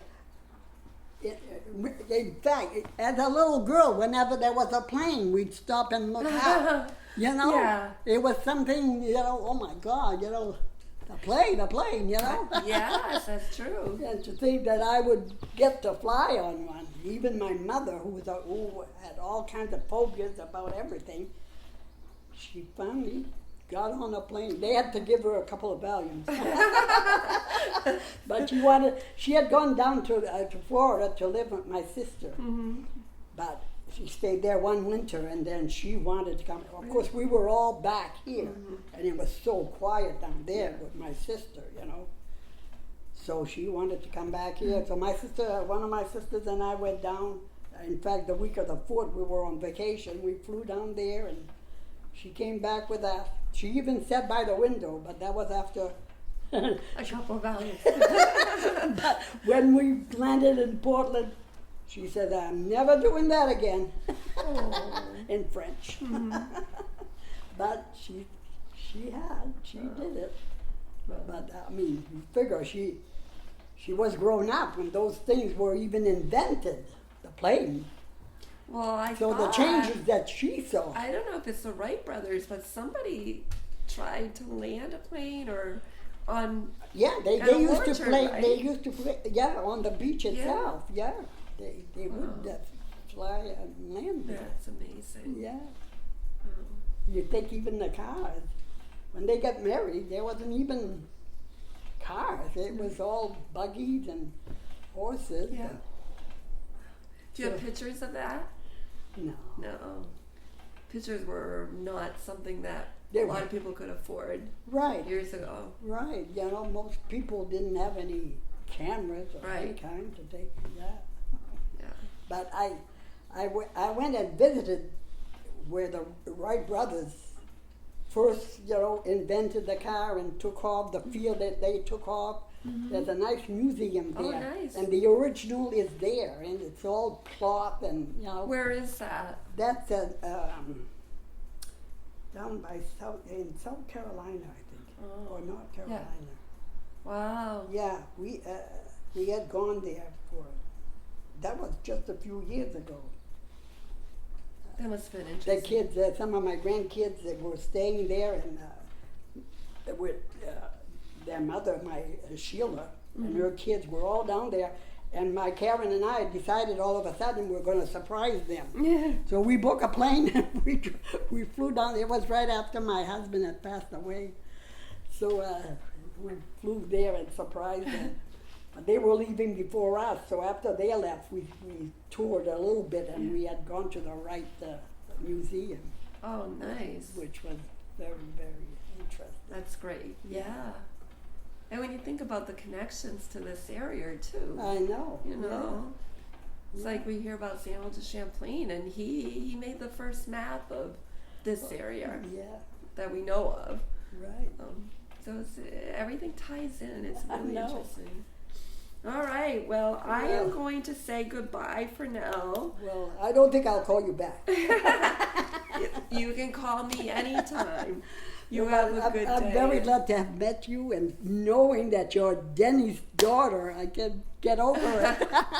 Where's your red hair? I know. It's only the boys. No. No, not my brothers. We all look like my dad's side. Oh. My cousins. All the boys are redheads. Oh yeah, I love red hair, and I loved her hair because she had curly Yes. hair, and oh, it was so beautiful. Ramon was red too, but more auburn, and her hair was not curly like Denise. No. My mother hated it. Oh my God, and I loved Yeah. it. Well, thank you very much, and you have a good day. Thank Okay. you.